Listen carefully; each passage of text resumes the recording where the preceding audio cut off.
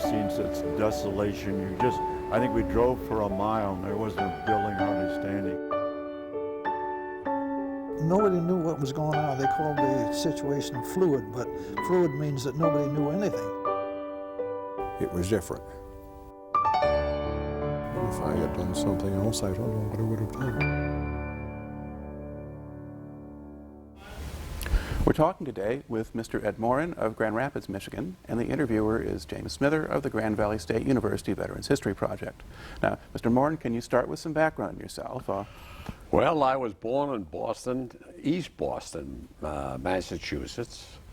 I lived in East Boston early part of my life. Okay. What year were you born? 1926, June 21st, 1926. Okay. Born on 37 Utah Street, East Boston, Massachusetts. Okay. Did you grow up there or move around? Yes, I grew up there and went to school there. Okay. What did your family do for a living? My father was killed early, so I didn't know. He was a printer. Mm-hmm. And my grandfather was a tugboat captain in Boston Harbor. So throughout the period that I can remember the most was during the Depression. Mm-hmm. And we moved to 52 West Eagle Street, East Boston. Mm-hmm. It was there I grew up with a bunch of people. That place, let me describe it for you. It was a road that ran about a half a mile, tenements, and most of us were working poor because of the Depression. But there must have been 25 or 30 kids, either a little bit younger or a little bit older than me, who were constantly on the street. Mm-hmm. And it was a great time to grow up. I had a lot of friends. I was approximately 14 and a half years old when the attack happened on Pearl Harbor. We met every night, the kids, and we'd listen to the radio and know what's going on, and everybody wanted to go. I do not know of anybody who didn't want to go and help. We had a couple of boys, I remember, I can't remember their names now, who were 4Fs. They were physically unfit to go, and they cried like babies. It was terrible. But most of them started to join the different organizations from the Coast Guard, Navy, Marine Corps, Army, and they all started to go. When I was 17, I tried to join, but they said that I would have to have my parents' permission. However, I didn't have any parents. My mother had died a year before. So I couldn't go, and I was afraid to do it because I was afraid if something happened to me, my grandmother would not get the $10,000 they were paying in those days. So I didn't, and I went down to the draft board with the other guys, and in those days, that's why he asked me if I was drafted. We all went into the draft board and told them, okay, we're ready to go, Yep. Take us. So October of, I believe it was October, I'm not sure the date exactly, I was taken into the Army, went to a local camp there, and then I went to Fort Dix, New Jersey. All right. Now, do you get basic training at Fort Dix? No, I went to Camp Wheeler, Georgia. Okay. It's the first time I had been in the South, and I was really surprised because I had never seen any of this white only and back of the bus and all this kind of stuff. But Camp Wheeler was a tough place, and we had I guess when it comes right down to it, our basic training was rough. We were brought in within 2 weeks. They told us that if you guys go into combat, some of you are not going to come back. So that was always in the back of your head. And I remember a major standing up and saying, the guys who train the best and know the most will probably make it. But he says, all of you are not. So anyway, we trained hard, and we went through the basic training, and no trucks. We walked everywhere. Mm-hmm. And the biggest thing that I can remember is that after every day's training, which one day it'd be the M1, then the BAR, then the machine guns, and the mortars, but every evening just before retreat, we had a 4-mile speed march. And what they did is you were fully packed and you march for 4 miles. And then each week they decreased the time. So you went faster and faster, and it was just, it was a tough time, but I kind of liked it. How easy or hard was it for you to adjust to Army life? Oh, I adjusted right away because, let's face it, it's the first time in my life I ever got 3 meals a day.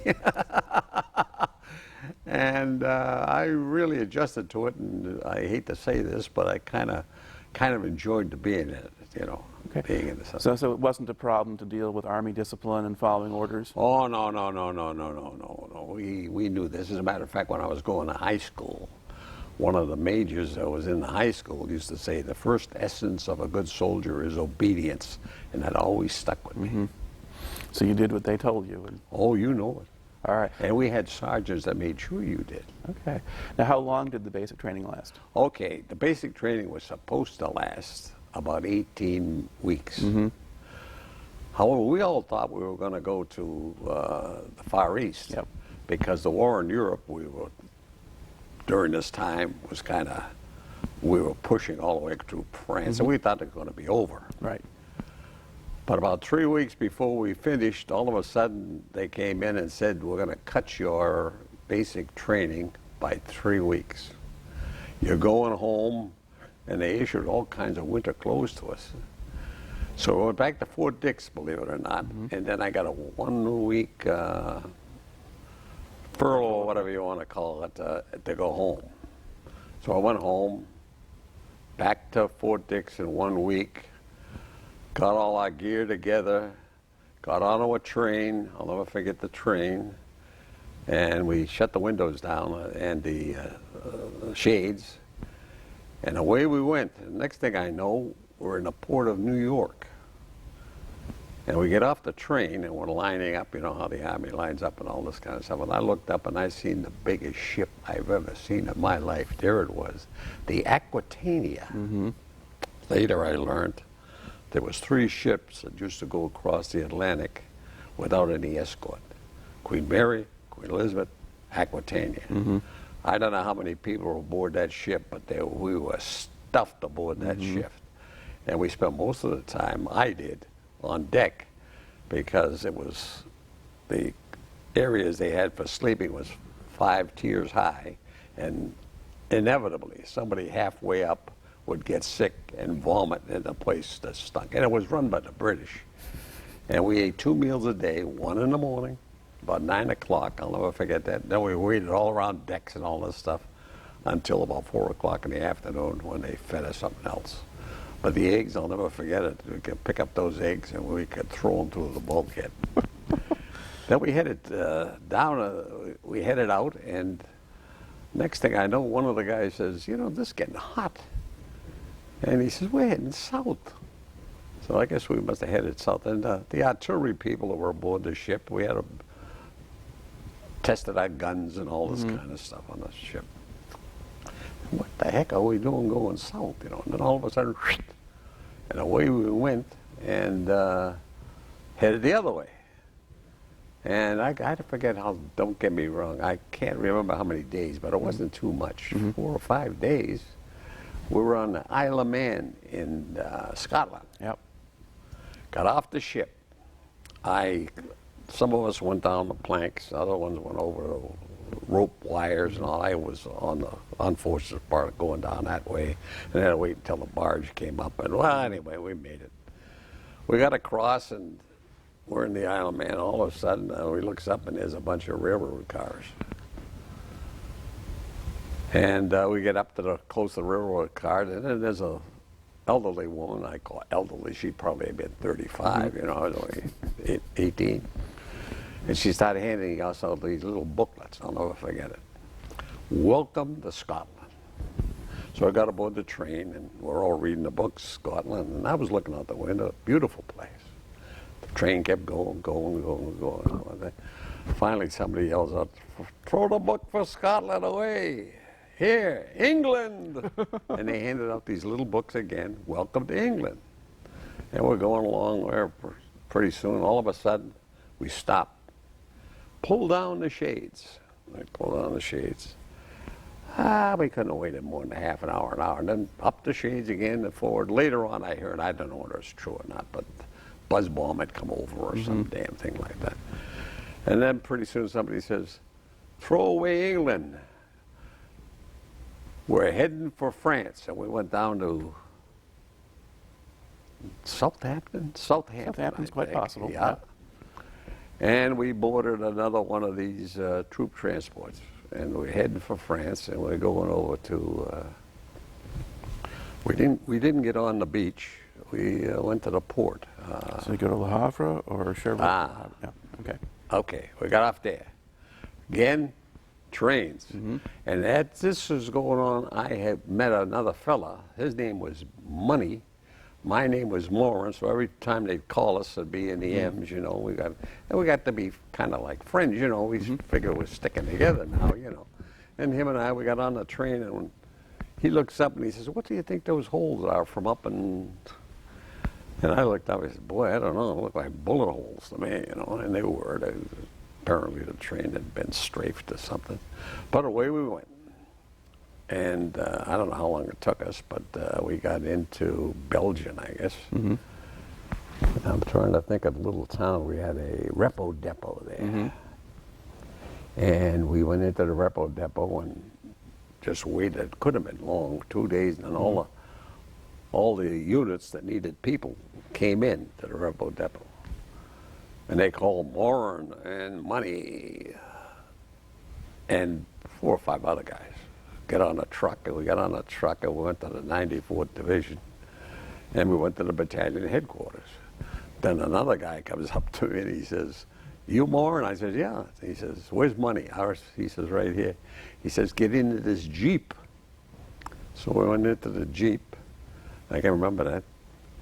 And we rode some more and more and more and more. Pretty soon he says, "Okay, right here, get out." And we met a guy who later I found out was named Carpenter, who met us down at the bottom of this hill. And he says, "We're going up this hill." And he says, "That's where your unit is, Company C of the 301st Infantry." So I said, okay, and it was cold. Oh my God, was it cold. So we started climbing up the hill. Now, do you know about what date that was? Were you in January or February? It was late February. Okay. And we're going up that hill. And I can remember now I'm going to get into some real, you know, I'm walking up the hill and all of a sudden I see these bodies, German soldiers. And I said to myself, I don't know whether I want to see this or not. Well, I got to, you know, so I start looking and we climb and climb and finally I looks up and there's a bunch of civilians and they were picking up German casualties and they were stiff as boards. And they were just piling them up.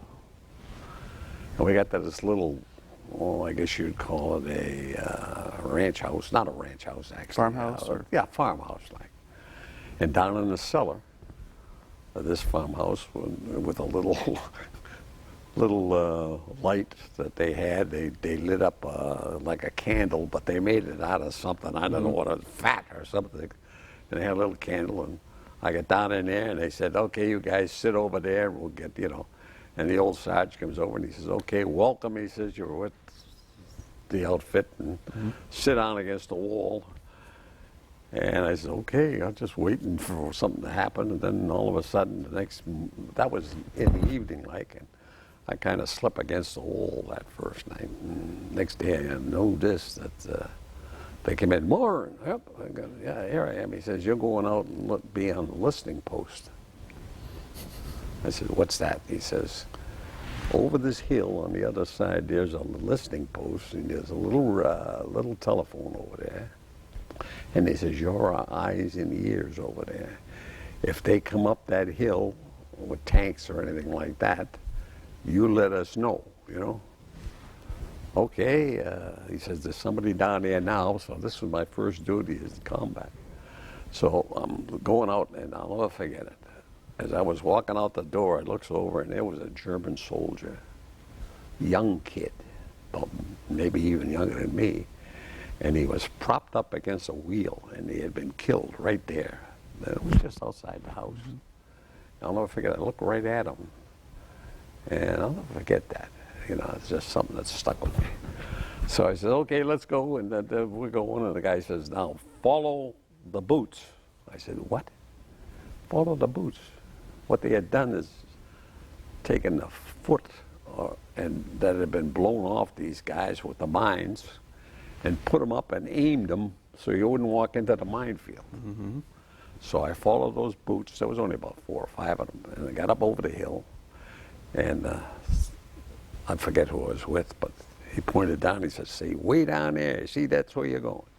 So I went all the way down there, and I got to it was a foxhole. And I got to the guy, and he says, "Morrin?" He didn't say Morrin. He said, I forget, Buddy or something like that. He says, "I've been here for somebody else." He was an old, crotchety old guy. Must have been 22, 23. Yeah. So anyway, I said, "I'm your replacement." He says, "Okay." I said, "What do I do?" He says, "What you do is you keep on see that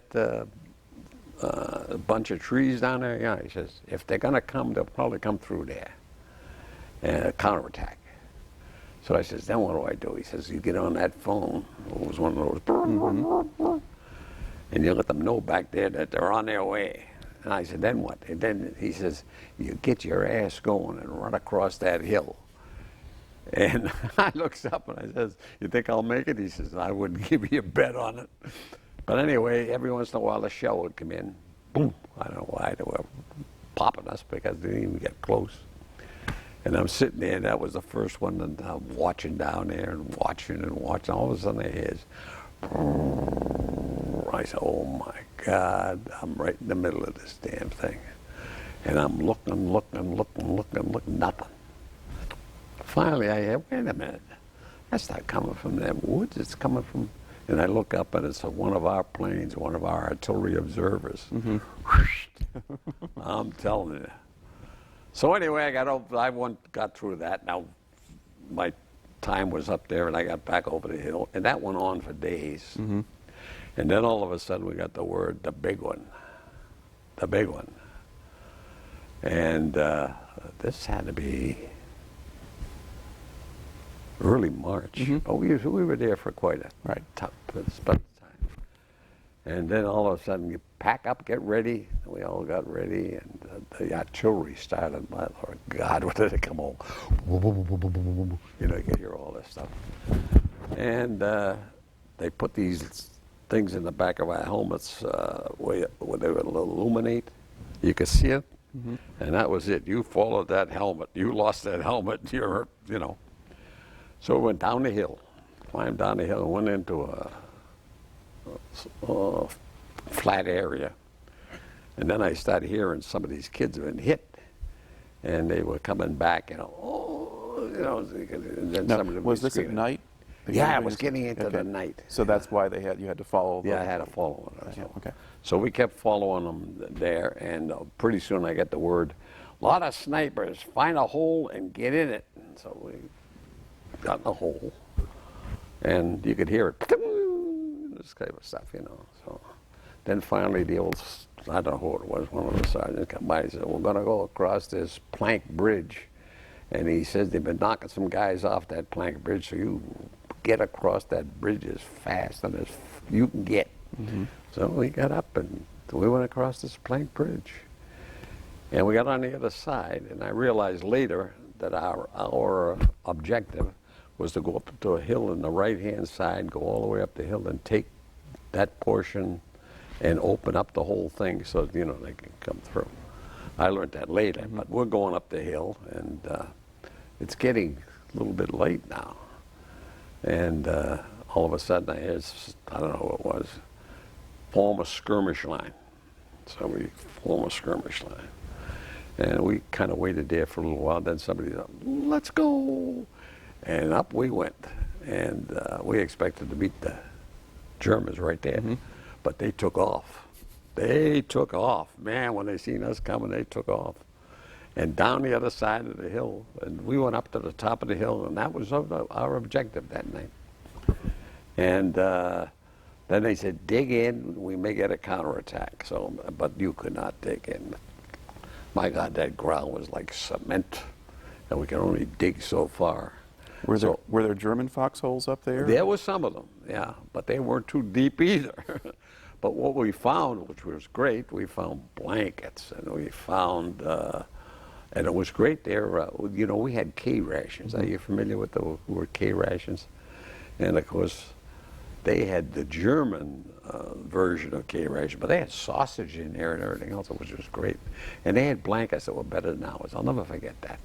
Those old brown blankets they had better ones. I took one, wrapped it around me because it was ungodly cold. So anyway, we were up on the top of the hill, and all of a sudden one of the older guys came over and he says, "Now I want you to listen to this." And I would listen. He says, "What's?" And artillery would come over. Boom. That's ours. Listen now.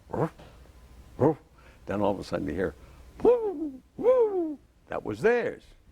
And from where we were, we could look down and we could see that the engineers were building a pontoon bridge across this river, the Saar River. And anyway, we were there.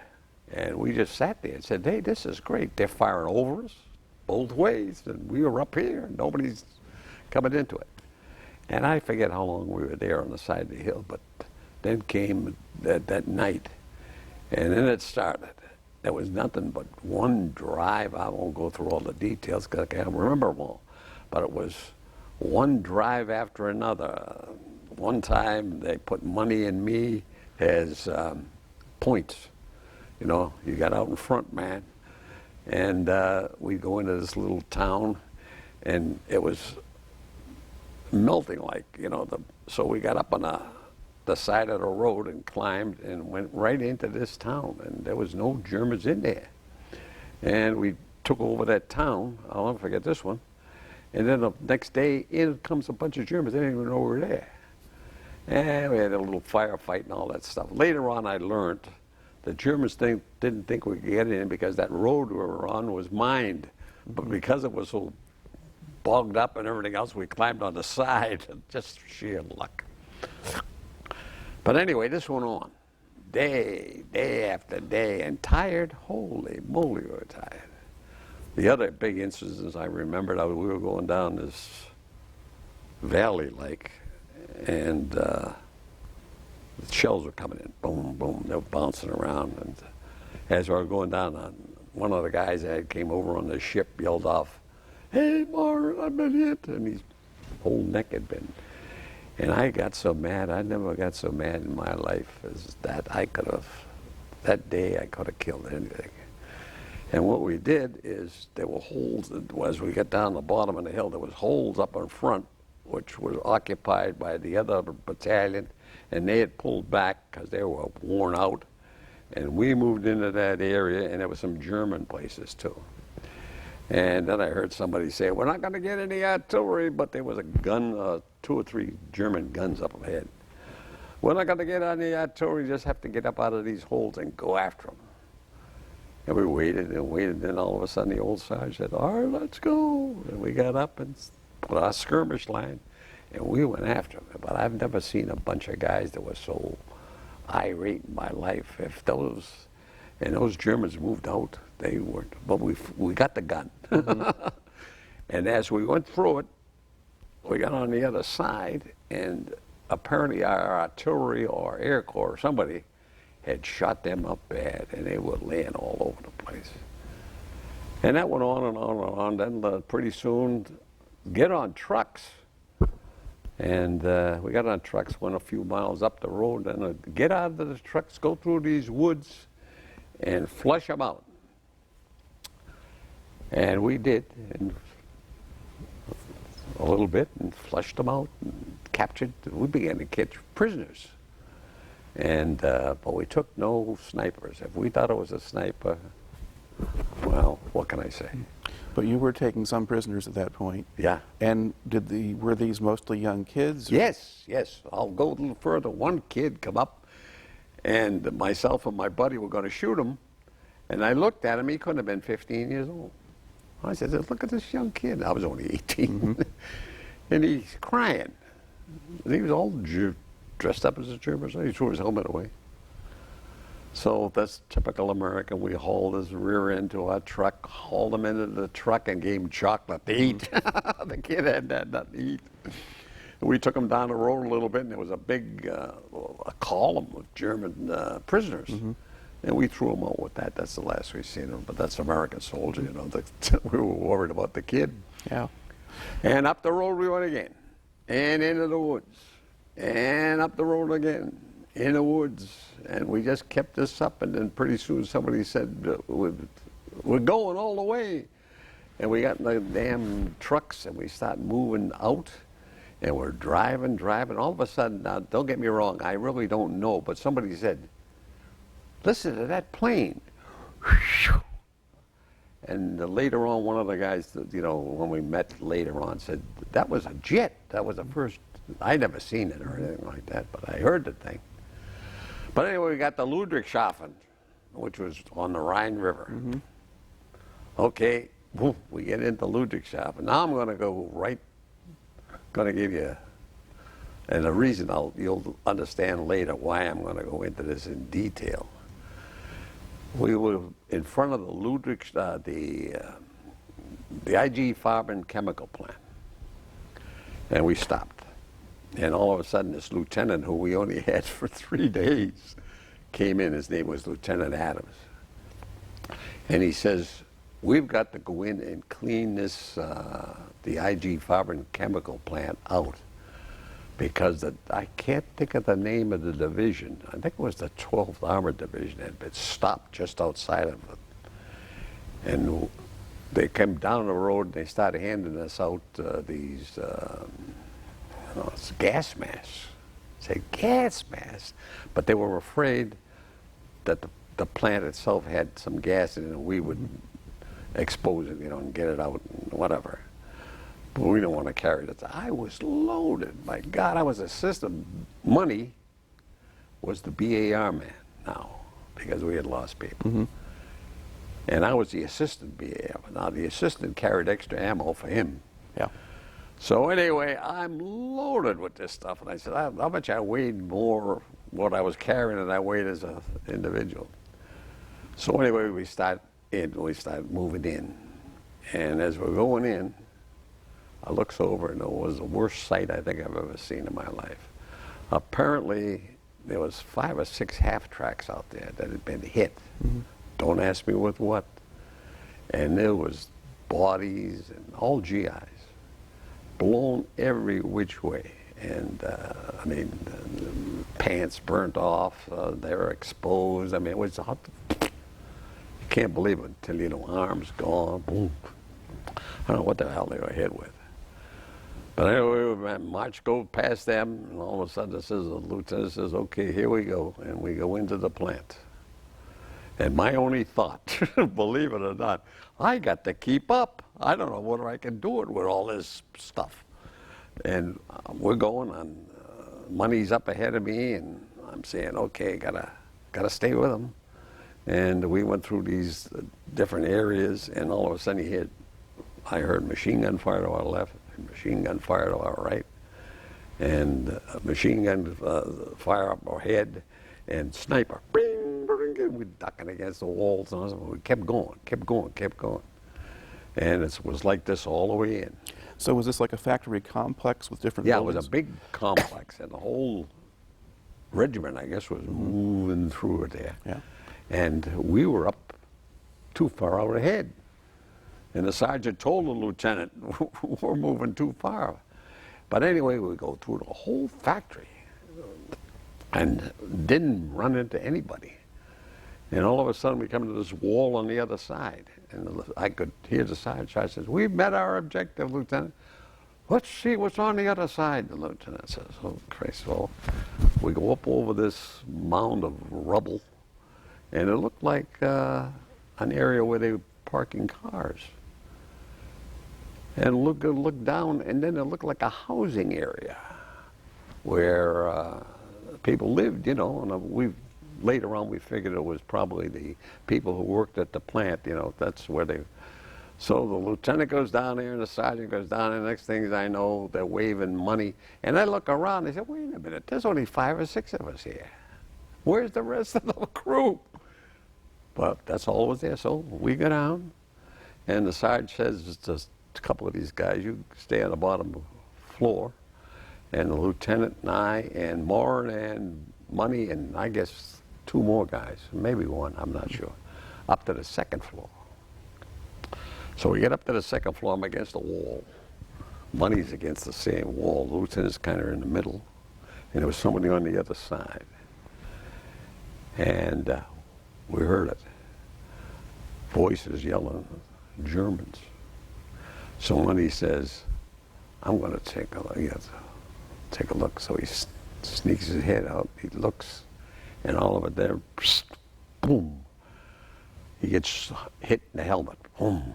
I guess with a rifle or whatever it was, and his helmet come past me into the ground, and he starts sliding down, and I reach over to grab it, and I could feel the top of his head. It was just all blood. I don't know whether he got it through the skull, across the skull, or where it was, but he was just sinking to the floor. Then all of a sudden, the stuff come into the window where the lieutenant was standing. Boom! I'll never forget that. And it threw me up and into the wall. Boom. Now, I don't know how long I was in that wall, but I was there. And then I heard a voice say, all right, let's move and we'll set up a perimeter up above. And I guess it was the Sarge downstairs. Well, I had to get Money out of there. So I grabbed him, and he was heavy with all the stuff, and we cut all the stuff away from him. And somebody else helped me, don't ask who, but we both grabbed him, and we pulled him way back, and we got up on that rubble. And then we set up a little defensive position, and my whole thing was I felt Money again, and he was just full of blood. And I looked down, and I could see where we came out of that doorway, and it was my determination that they weren't going to get us. I would fight them to the last, you know, right there. So we set it up. And pretty soon, we're up there for a little while, and all of a sudden, I get this tap on my leg. He said, where is he? It's Doc Orford, our medic. Now, the rest of them wouldn't come up. He came up. And I said, this is him. He says, how bad he is? I said, I really don't know. I mean, he says, what are you going to do? I said, I'm going to stay right here and cover you. You know, he says, I'm going to take him back. And I says, okay. I says, I'll stay here and I'll cover you. And there was 2 other guys that did the same thing. We were ready to take them on if they came after us. So anyway, Orford pulled them out. And then all of a sudden the Sarge comes up and he says, okay, the rest of the company's caught up with us. They're in these cellars across this area, which was wide open. And I said, oh, crap. And we set up and we start running across there. Bing, boom, boom, bing, boom, bing, bing. And we go into the cellar. I think I almost fell in the cellar. And I don't know who it was, says, okay, you guys, get up on the wall and take a rest. And then I heard somebody say, shoot the son of a bitch. I said, what the hell's going on here? What had happened was probably the bravest guy I can remember. A German medic. There was a German soldier just outside the windows crying, screaming for his mother and all this kind of stuff. And of course, we always had the guy, shoot that son, I don't want to hear any more of him crying like that, you know, and all this stuff. And pretty soon that medic came right up and he picked him up. And the guys were saying, shoot the bats. Then, no, you know, GI. No, we don't shoot medics. Leave them alone, leave them alone. And they left him alone, and they picked that kid up. How, I don't know, but they got him. And that medic turned around, walked right up to the window where we were, and said, Dankeschön. And somebody inside said something like, you're welcome. And that guy walked up with him, and I said, I can't, but Jesus, that guy had a lot of guts, you know. So anyway, I'm laying up against the wall there, and I'm tired. Oh, geez, we were tired. Pretty soon, they came up and they said, the lieutenant is not dead. He had crawled out and had crawled down onto that street. Now that's, you got to realize that thing is in quarter mile, half a mile behind their lines. That's how far out we were. And they said, we got to go get him. Okay. There was me and 2 other guys with the same squad and 2 other guys, so it was 5 of us. We just got out and we snuck our way back. And we got up on the top of that hill and looked down, and there was, sure and heck, there he was right in the middle of the road.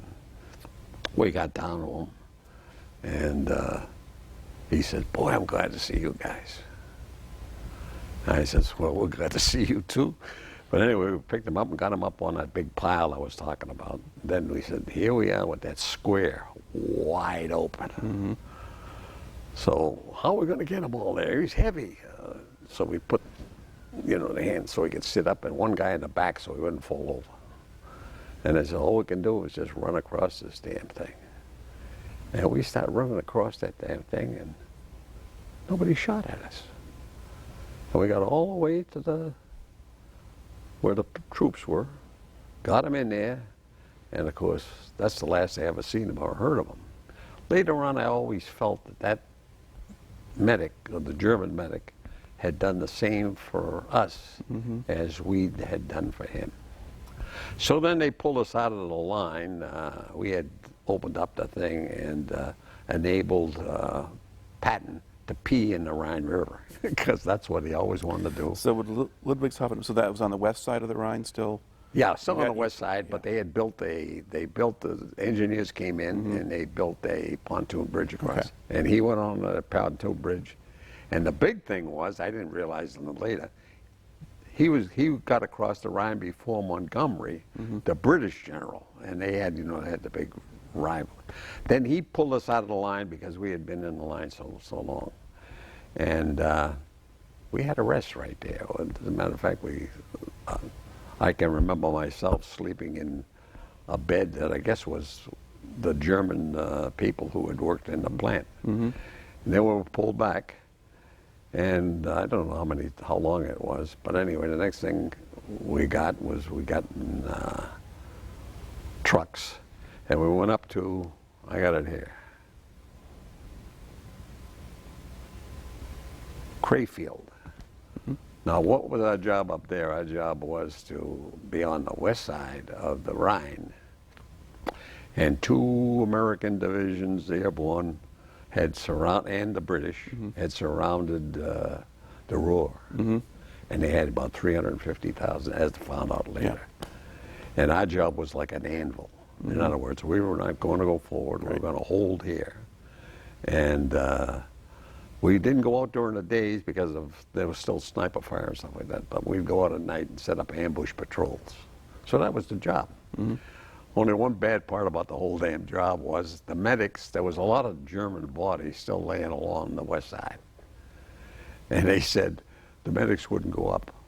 So they told us at night, go out and put them up, bring them back this way away, you know. So that was not, some of those guys had been up there a long time. Yeah, and it wasn't frozen anymore either. No, it was kind of, yeah, it was cold, but it wasn't really freezing. And we hauled them back there. And medics finally got a hold of them, and they stuck them in, what's his name, some barn, I can't remember, but as you went by that barn, mother of God.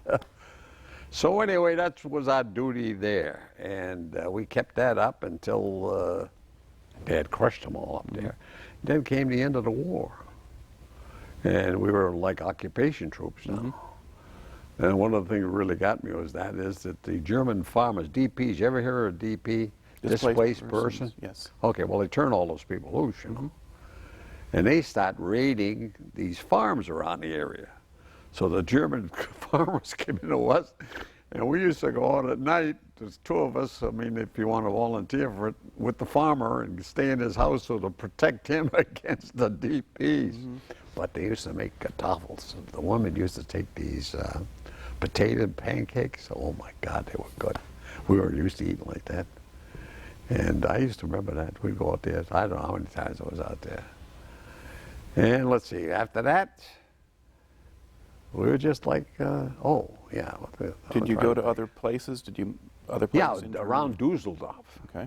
Okay, I mean, we were like, and we just made sure people weren't killing each other and all this kind of stuff. And then, of course, everybody was hungry, and we tried to take care of that and do the best we could. Then they came in to me and said, you guys want to go to Copenhagen, Denmark? I said, yeah. So I went up to Copenhagen, had the best week I've had in a long time. And then, no, I'm a little bit ahead of schedule. Anyway, then the word came that they were having trouble in Czechoslovakia. And the division was assigned to go to Czechoslovakia. And we got on trains. And I got dysentery on the train. I'll never forget it. It was terrible. Out one way, out the other way, all the way down. So we ended up in Pilsen, Czechoslovakia. Then up in the hills. And then they sent us out. And the next people up the line were the Russians. So we set up with them. But we got to know them. Matter of fact, they were in a farmhouse up the road, and we were in a farmhouse there. One night we had a dance together. But anyway, that was the job. And we stayed there until they decided that they were going to move out of the Sudetenland. And the whole division got picked up and we were moving out. And a bunch of these Germans, the Sudeten Germans, were scared to death because the Russians. So we took a lot of them with us, which we were supposed to do. We hid them in the trucks with us, kids and women and all this kind of stuff, and took them into Germany. And then we were into Germany, and the word came down. Then I could go up to Copenhagen. So I went up to Copenhagen, came back, and they were breaking up the division. And the guys with the points somewhere, and then guys like me who didn't really have that many points, they came up to me and said, "You're going to Nuremberg, military police." So I went there. Went up to Nuremberg and joined. I got the little card that they gave me. Around Nuremberg was mostly the 1st Infantry Division, the 26th Regiment, and the 1st. And some of our guys joined that. And some of them ended up with the white hats that you've seen over the prisoners as the Nuremberg trials were going on.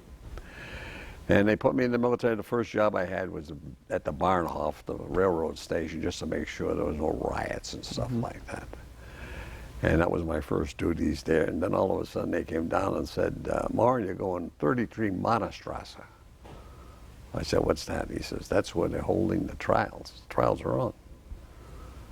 And I said, "What am I going to do there?" He says, "You're going to be a criminal investigation section, Nuremberg Provost Marshal's office." I said, "Me?" I was only about 19.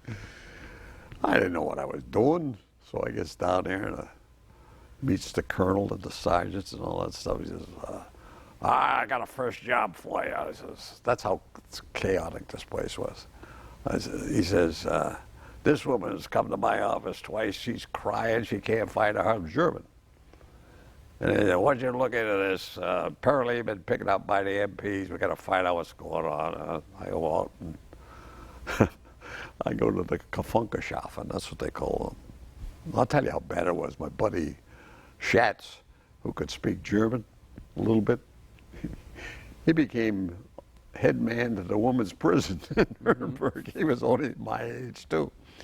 But anyway, I got out of here, and the guy's in the jail. And the German warden is going to keep him right in there. And nobody talked to him or nothing. So I said, "What the heck is going on? I can't figure this out, you know." And I bring the kid out, the guy actually, and I find out he was going to work one night, and it was past the curfew, and a military policeman picked him up, shoved him in there. The agent came in, who put him in that jail, told the warden, "You don't let anybody see him, and you don't let him out until I get back." He rotates back to the United States. So the guy is still in jail. So I pulled him out, and you had to go through the, don't mark me on this one, CIC, and then the OSS. You had to get clearance from both of those. And I got the clearance. And I got back to the colonel. He says, "Turn him loose." Well, I took the guy down and dropped him off, and his wife was did everything but, "Oh, you know, all this kind. But anyway, that was my first gig. You could see how chaotic it was. And then, of course, a lot of people don't realize there was a lot going on. A lot of people didn't want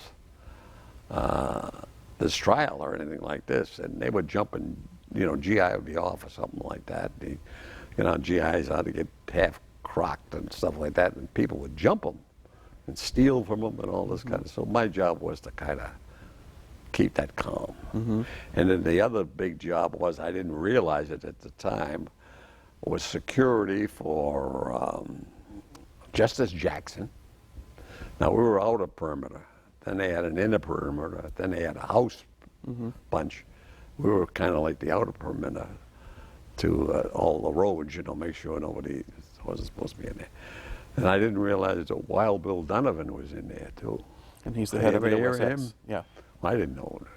Anyway, he was in there, too. So we kind of, I've seen him later. And then one day I'm coming in, and the colonel says to me, I want you to get in the stands at the trials. And here, and he hands me a weapon. And I says, well, what's my job? He says, you just listen to what's going on. And if they break through and they try to get those guys out, you shoot the bastards. I said, well, I can do that. But anyway, they put extra security out there and more armored vehicles and all this stuff, because there was a threat that they were going to try to break these guys out.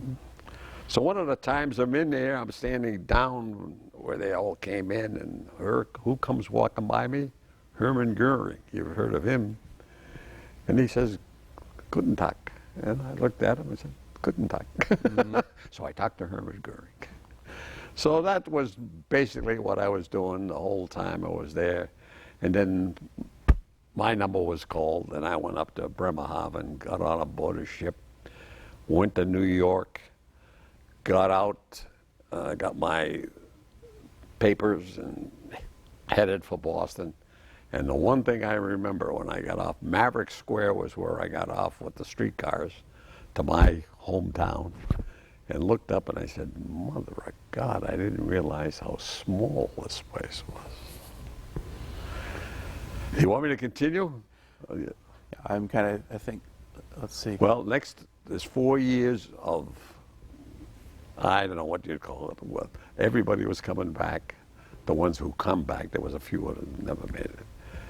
And we just had 4 years of drinking. Now, I joined the 52-20 Club. Do you ever hear of that? 52 weeks, $20 a week, and I was supposed to rebuild, you know. So anyway, we made a racket out of that. But and I played football, I played baseball, I played every sport known to man, I think. And we all got together, and you know, Friday nights we'd go out and drink. It was just a wild, great time. And it went on and on. Then finally, I have to find jobs. So finally found these jobs, you know, and started going to work and all this kind of stuff. And it was getting close to 1950. And I had a job with the Keystone Manufacturing Company in a foundry. And I'm looking around there, and I'm looking around at some of these guys, 40 years old, still doing the same stuff, you know. Oh, and a lot of my buddies started getting married. And I looked at that and I said, geez, I don't know what I want, anything like that. You know, taking care of somebody and all this kind of stuff. And they were in these apartments, and they had these jobs that weren't really paying much money, I think. As a matter of fact, Keystone Manufacturing Company, I was making big money, $1.10 an hour. So anyway, the Korean War broke out. And I'm sitting there one day, and I said, and I forget what happened. Anyway, it just dawned on me, I'm going back in the hell with this stuff. Now, had So- you stayed in the reserves in the meantime? Oh, I was in the reserve, yeah, but it was inactive reserves. Okay.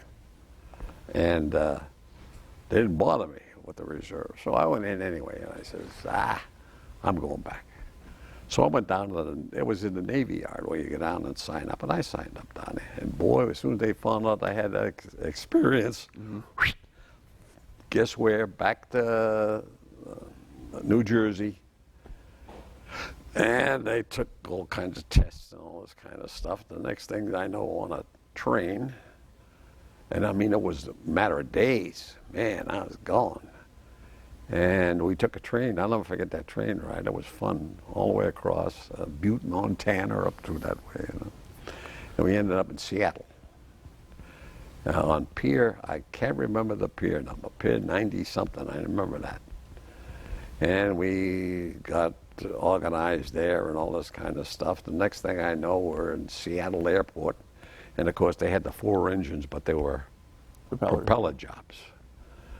And we got on them, and we flew to Anchorage.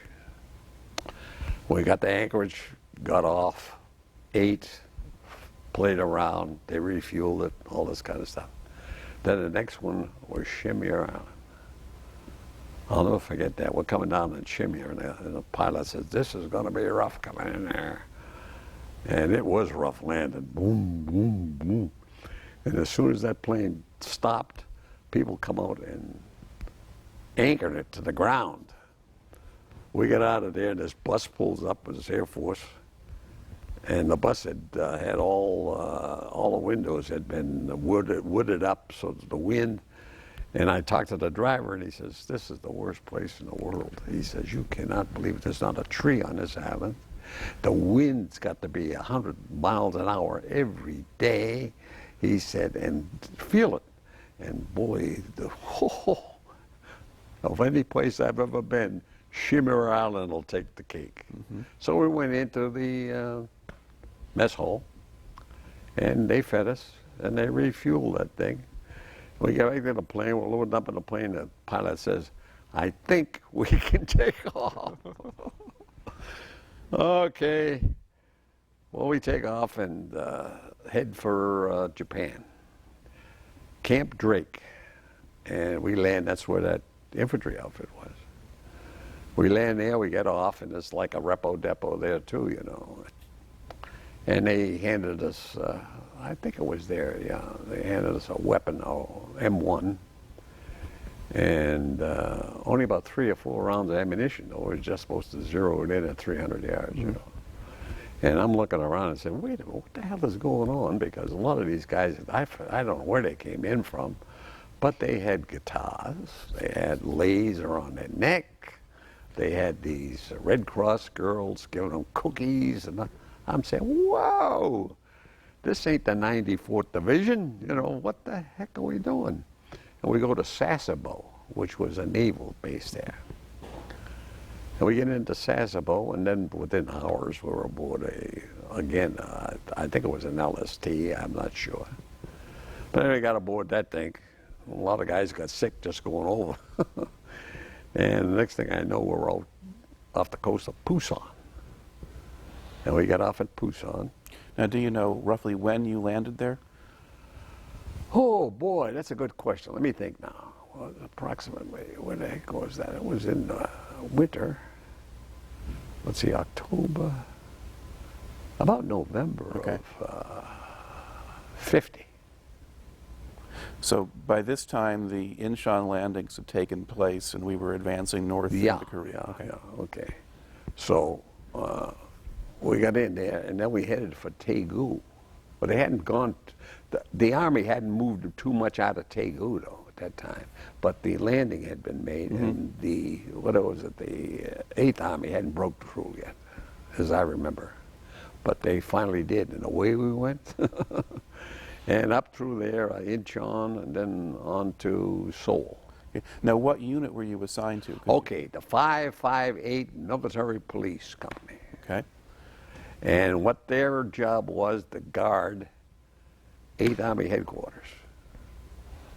And, well, that was our job, just guarding the 8th Army headquarters. Got boring.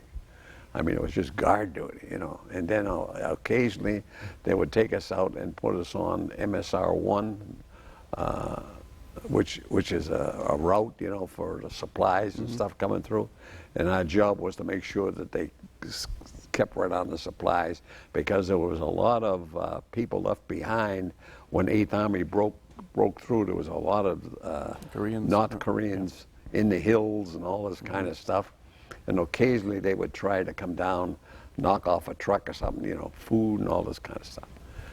So anyway, but we'd be out there all by ourselves. I mean, you had your rear end hanging out there. I mean, it wasn't like being in the infantry, but you were hung out there by yourself, sometimes all night long. Now, at the beginning there, you land, you move north. Now, did you move up into North Korea with the headquarters? Did they go No, that far? no, no. We did not move up in the headquarters up there. How far up did you get? I guess to the border. Okay. To the border, maybe a little further. But not exactly. I know we didn't get way up into Pyongyang or anything like that. Because the next thing I know, well, we had all this guard duty and stuff like this, which I found rather annoying after a while. But then the word came back that the Chinese are into this thing. And I found out later what they did is they broke through in between 8th Army and the 10th Corps, which had the Marine Corps and the 7th Division over here. They were the ones that went all the way to the Eula. Yeah. The Chinese broke in between them, and we're going to try to pin 10th Corps that way and pin 8th Army this way towards Incheon. So, I don't know what you'd call it. We stopped moving back, and strategic withdrawal. Right. But that's when the big general came in, Ridgway. Toughest man I've ever seen in my life. He came to 8th Army forward, and he's looking around.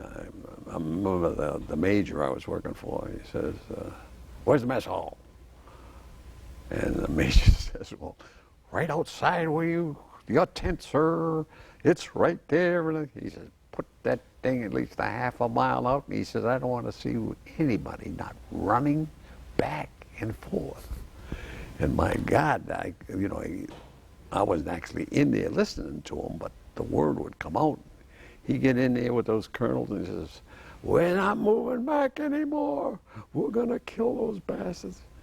And he he just turned the whole army around, mother of God. And then he'd get in a Jeep and he'd say, "You, get in the Jeep with me." And away he'd go down to company headquarters. And he'd tell these people. And I forget one incident there where I forgot what he was. Major, colonel, what the hell. But he was with them. And they all got out and he's talking to this battalion commander. Shells start coming in. Everybody's jumping. He just stood there. He used to carry 2 grenades up here, plus his weapon there. And what a man, holy. Now, did moly. you drive him around sometimes? No, I didn't drive him, but I was escort him. Okay. Not in the same Jeep, but I'd escort him. Now, what was the headquarters situation like before he got there? Because General Walker had been in charge. Well, okay. What had happened is we were moving back, Suwon. We were moving back. Oh, okay, let's put it this way. 8th Army headquarters was up in Seoul, right? I was told to take 2 or 3 of my men and put them on a post where they could direct the troops coming through so they could get down to this pontoon bridge. See, we had a pontoon bridge here. And all the Koreans, that's terrible. They were going over the steel bridge that had been hit and all this kind of stuff, and they were just a mob trying to get across there. Some people actually falling off the bridge and all this kind of stuff. So anyway, I had that crew, and I'm there on the side with Seoul, and I'm looking around. All of a sudden, traffic is practically stopping going across that bridge. And I asked somebody. I said, I forget who it was. I asked somebody. And he says, "This thing is slowing down." I said, "Wait a minute, I got a couple of guys still out there." So I had a Jeep. I had a Jeep. So I'll have to go back into Seoul. And of course, Seoul's burning. We're boom, boom. And I'm getting up there, and one of the kids is still there, standing up in the middle of the road. I said, "What are you doing?" I can't think of his name. He says, "I'm doing what you told me to do." He said, "But," I says, what's been happening?" He says, "Oh, a bunch of guys come marching through there." And he said, "The next one's up the road is the Chinese." So I said, "Get in the Jeep, let's go." So he got in a Jeep, and I picked up the other guy, and we went down to the pontoon bridge. And I looked at the guys, the engineers that were down there, and they said, "You better get your ass across this thing, because if you don't, you're going to be in the Chinese." So as I pulling across, I got on the other side, and then they blew the bridge. Boom, boom, boom, boom, boom, boom, boom, boom, boom. And then we started moving south, and I had those guys that I had with me. One of them says, I was an old artilleryman. And he says, "I'm going to stop and see if I can find an artillery outfit and join that." So that's how chaotic it was. And they did and didn't. But we got down, I don't know, close to Suwon, I think was the name of the town. And all of a sudden that major, you know, he says, "Corporal," I was corporal, "get over here. We're going to set up headquarters here." And we went into an area, and the engineers came up through barbed wire around it. So we were 8th Army forward. Now there was an 8th Army headquarters, and then there was an 8th Army rear. But we were forward, and all it was one little squad with me leading the damn thing. So anyway, it was there, and that's where what's name had been killed, Walker. And the next thing I knew, we ran into Ridgway. And he really straightened that thing out. And of course, then they put a big, I don't know what I think it was the 27th Regiment around us. And he says, "We ain't moving no further down." And he set that thing up. And when those Chinese finally reached that area, he blasted that whole and stopped them. Then we started moving back up. And we moved back into Seoul. Then I guess the Chinese decided they wanted to talk peace or something. And they sent me and my kids and a bunch of other ones further on up. We were just south of, I can't think of the little In the town where they had the peace talks? Yeah. We set that thing up. We went into a grove up there. It was Apple Grove. And we set up that thing. Admiral Joy came in from the Navy. And who was that? Some big football player came there too. But anyway. And we set that thing up. And then the other thing that the import, I guess, they asked for volunteers. We had, they had set up a town across this river up the road, and they were going to set that up as the peace talk area. But the Air Force decided that they didn't know who it was up there, so they hit it. Boom, boom, boom. So they had to pull them back. So I don't know what convoy it was, but they asked for volunteers, and I said, "I'll drive the damn thing." So I got in a Jeep, and I had a bunch of reporters with me. No weapons. Little white flag. I got a picture of that somewhere. Anyway, and we got down to the river's edge, and there's Ridgway. He said, "You guys look presentable, or I'll," you know. And away we went. And we went up, and there we ran right into the North Koreans. And they got us into these little tent areas out there. That's before they had all this stuff that's going on now. And they finally turned us around and went back. So I actually met them up there, and that's how it all started with Admiral Joy and all that stuff. And my job was inside the perimeter to take care of the people, you know, like Admiral Joy and stuff like that. So I was guard duty again.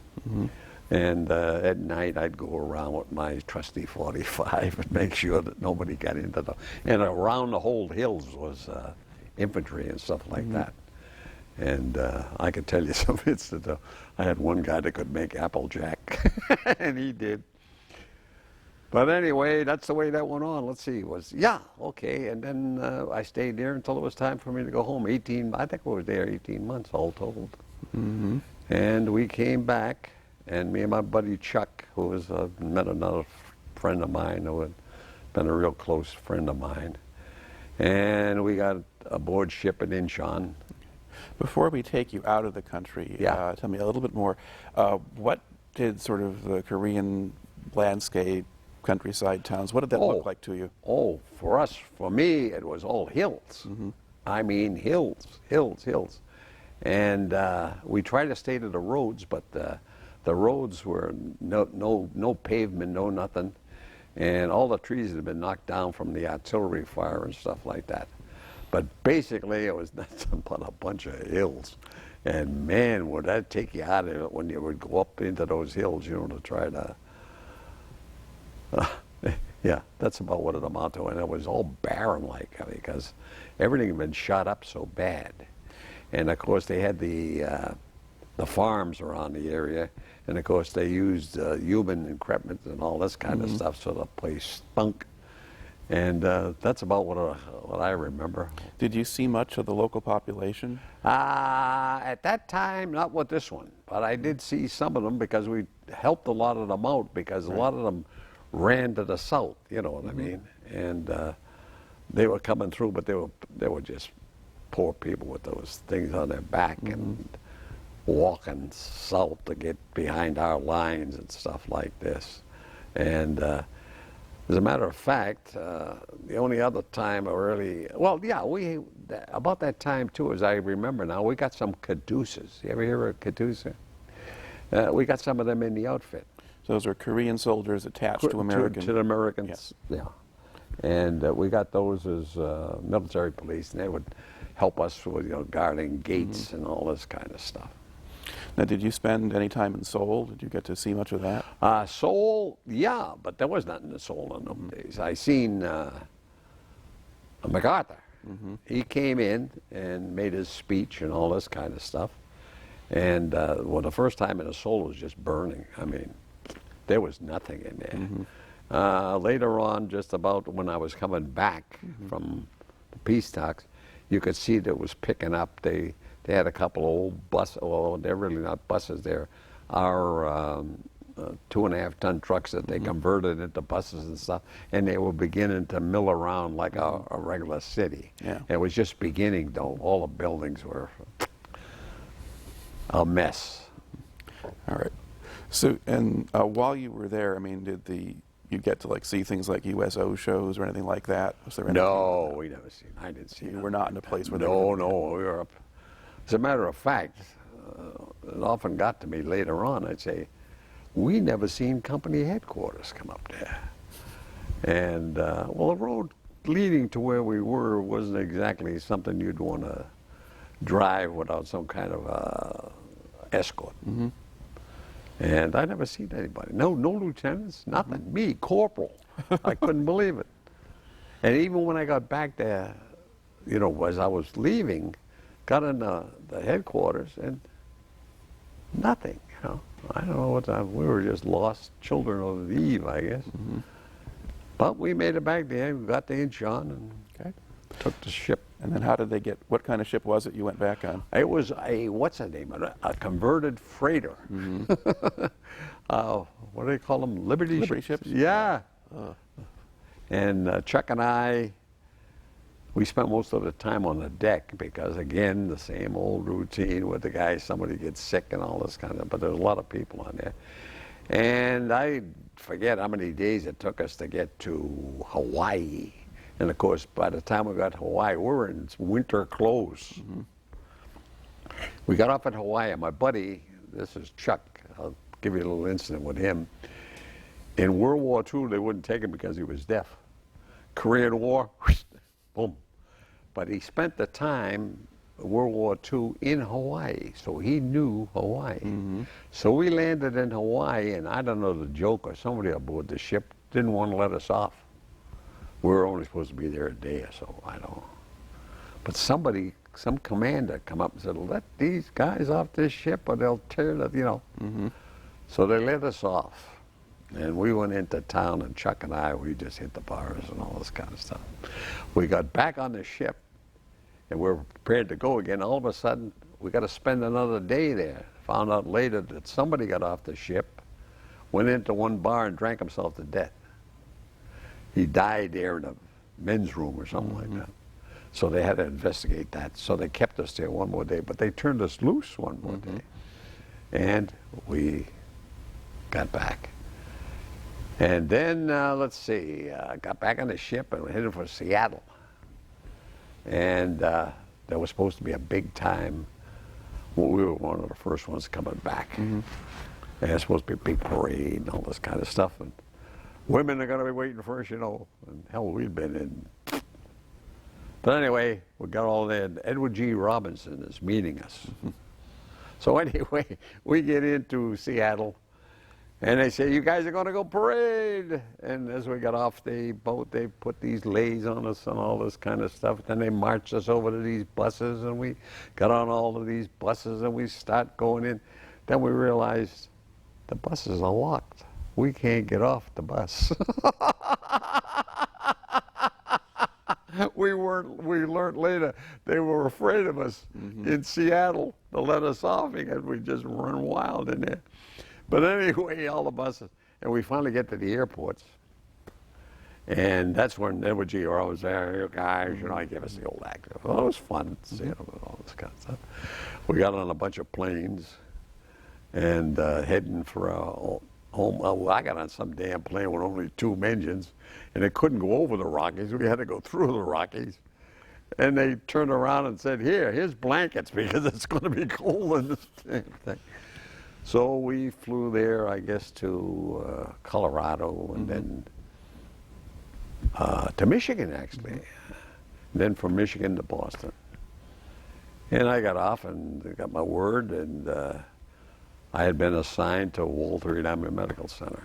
Now, at this point, were you in as a career soldier, or did you have an enlistment that was Okay, well, ongoing, what had happened, I wasn't really a career soldier at that time. I was up in my original assignment, which was So you 4 years. enlisted for 4 years, Yeah, okay. okay. And I got into Walter Reed Army Medical Center, and my buddy Chuck got into Walter Reed Army Medical Center, and we had, I'm telling you, because all those guys have been wounded from Korea and stuff were there too. And it was wild. We used to, you ever hear of a striker frame? No. Okay.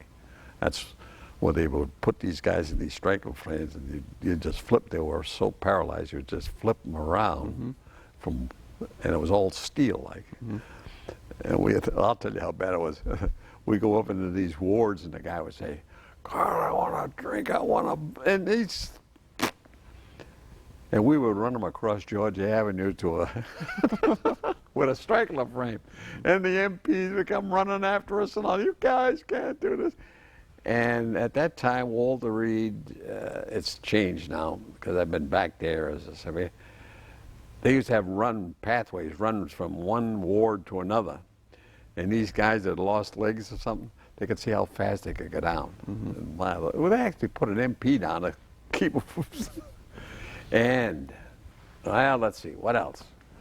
Yeah, it was just wild. There was dancing every night and all this kind of stuff. And Chuck and I spent that time. It came time to the end of the, I said, I said, hey, I know we can get a good job. The Alaska pipeline was starting. And they were looking for truck drivers and stuff like this at $3 and something cents an hour. Ooh, big money. But Chuck says, nah, I think I'm going to stay in the Army.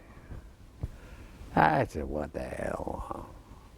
We'll get a big bonus. So we joined the Army and for 6 more years and got $90. I'll never forget it.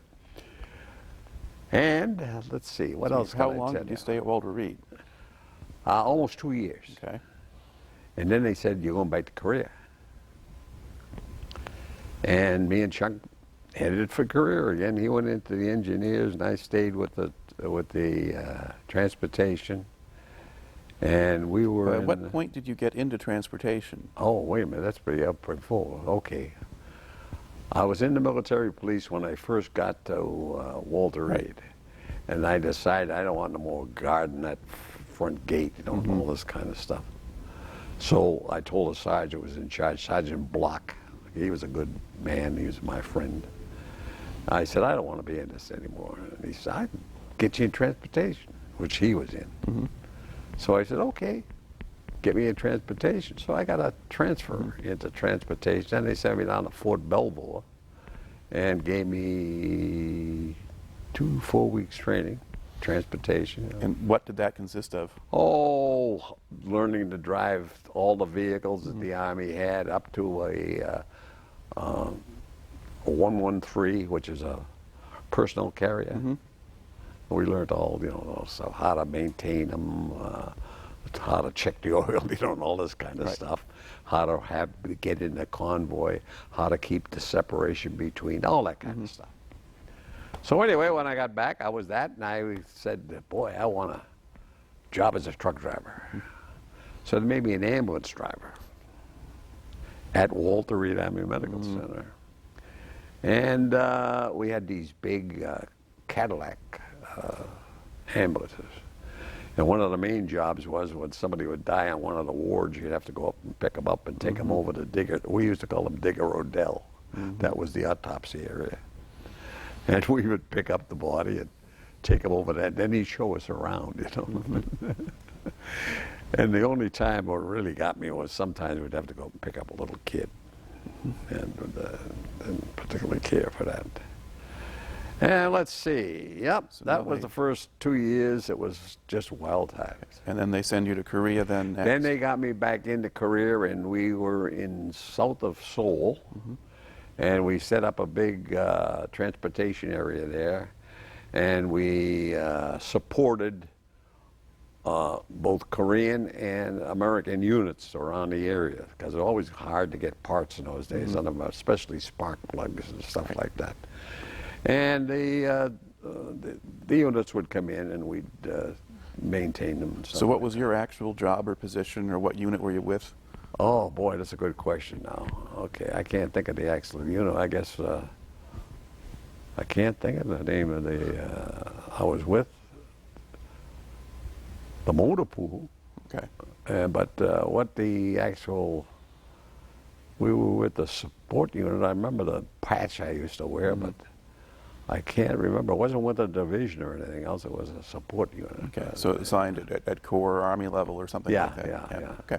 So anyway, that's what our job was. And basically, it was like a regular job. Every day you'd go and try to take care of these guys. And now, how was life in Korea different the second time? you get to know people down there. I got to know there was a lot of Korean people who were working for us.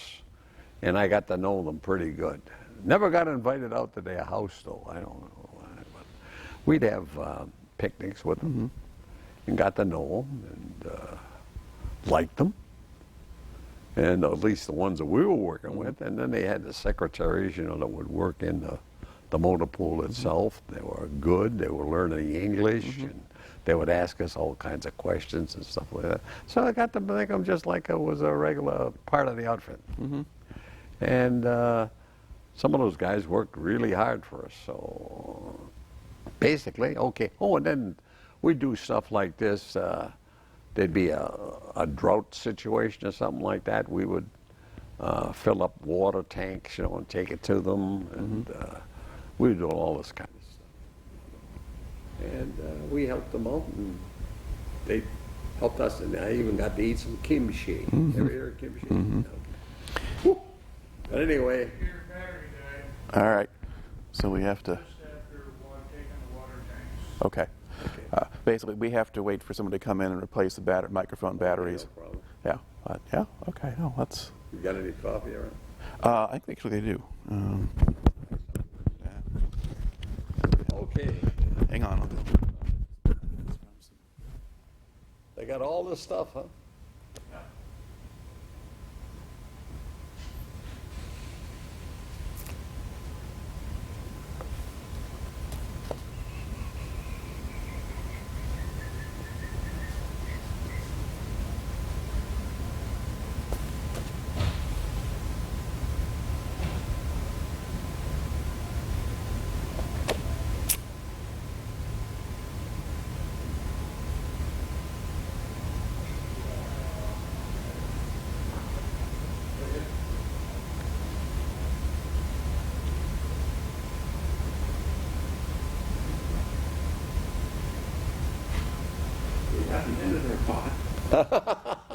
Thank you. So there you go. Is this what the kind of stuff you wanted? Yeah, no, I mean, actually, you've got a really very distinctive kind of story here. Was that right? Sure. I mean, think about, where you were, what you got involved in, or Oh yeah. Well, we're gonna get into another section here. As a matter of fact,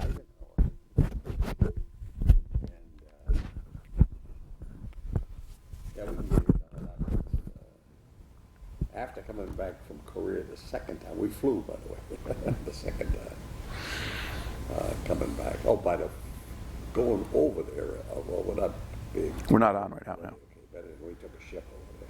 But we flew back across and I'm trying to think of the little island we landed on our way back because we were running out of fuel. Let's see, sometimes if you're going across toward Hawaii or... Yeah, we're heading towards... So sometimes they could land at Wake and they could land at Midway? No, we ended up at, we landed at Wake. Okay. But there was another little island. Midway is about it. Midway? No, it wasn't Midway. Okay. This thing was it looked like the wings of our plane were Yeah. all over it may come to me. It should come to me because it was quite a thing. And I remember the Navy was down there and they had a little hut that had beer in it. And of course, like everything else, it's 110 degrees in the shade. And we were in winter clothes again. Because if you were going to Hawaii, I mean... It was close to some place where they had the atomic bomb. Oh, okay. So you may have been, okay, like Kwajalein or Eniwetok or one of those.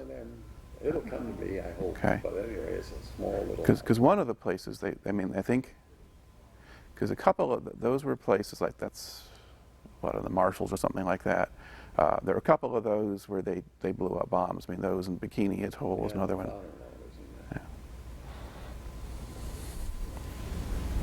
There was a guy, my father-in-law, he landed on D-Day. And he was with the 29th Division. It's the same division that Ryan had on his patch with him. Although Ryan was supposed to have been a paratrooper. The 82nd? Well, either 82nd or 100. Actually, I think he was actually, the historical Private Ryan was, or that wasn't his name, but there really was one. He was in the 101st. Because let's see, I remember at some point I was at a 101st reunion and... Oh, were you? Yeah, well, the 501st Regiment, so one of the units had a reunion up here. They had a reunion up in Grand Rapids a few years ago, and I went there and I actually met, let's see, what did I meet? I met the widow of the real Private Ryan's platoon sergeant, something like that. Okay, now we were talking about your time spent in Korea, and you were talking about some of the kinds of things that you would do to help the people in the community. So, right. Well, I think I should go back and tell you, I made sergeant at Walter Reed, and that was one of the reasons Chuck and I, who both made sergeant almost the same time, decided to sign up for another 6 years. We were now sergeants in the United States Army. Okay, then we got back there, and the incident I told you, and that's about what it amounted to all the time we were there for the second time. But you would do things like help out the local community? Oh, yes, we did did everything that they, that they required, that they wanted us to help them with. Even helped them to grow trees, because the whole place had been bombed silly, And yes, I got to know them, now that I'm thinking about it, and got to like them. They were hard-working people, and they worked hard with us, and we took care of as a support unit, the units we were supposed to take care of the whole time. So it was like garrison work. Right. So it wasn't really that hard. Okay. Now, did you get R&R time or leave time or things like that while you were there? Now, did we, at that particular time? Oh, yeah, that's right. I went into Tokyo. And got into Tokyo, was really amazed at how they had changed, and had a good time for, I think it was 10 days. Really had a good time in Tokyo. Did everything you're supposed to do.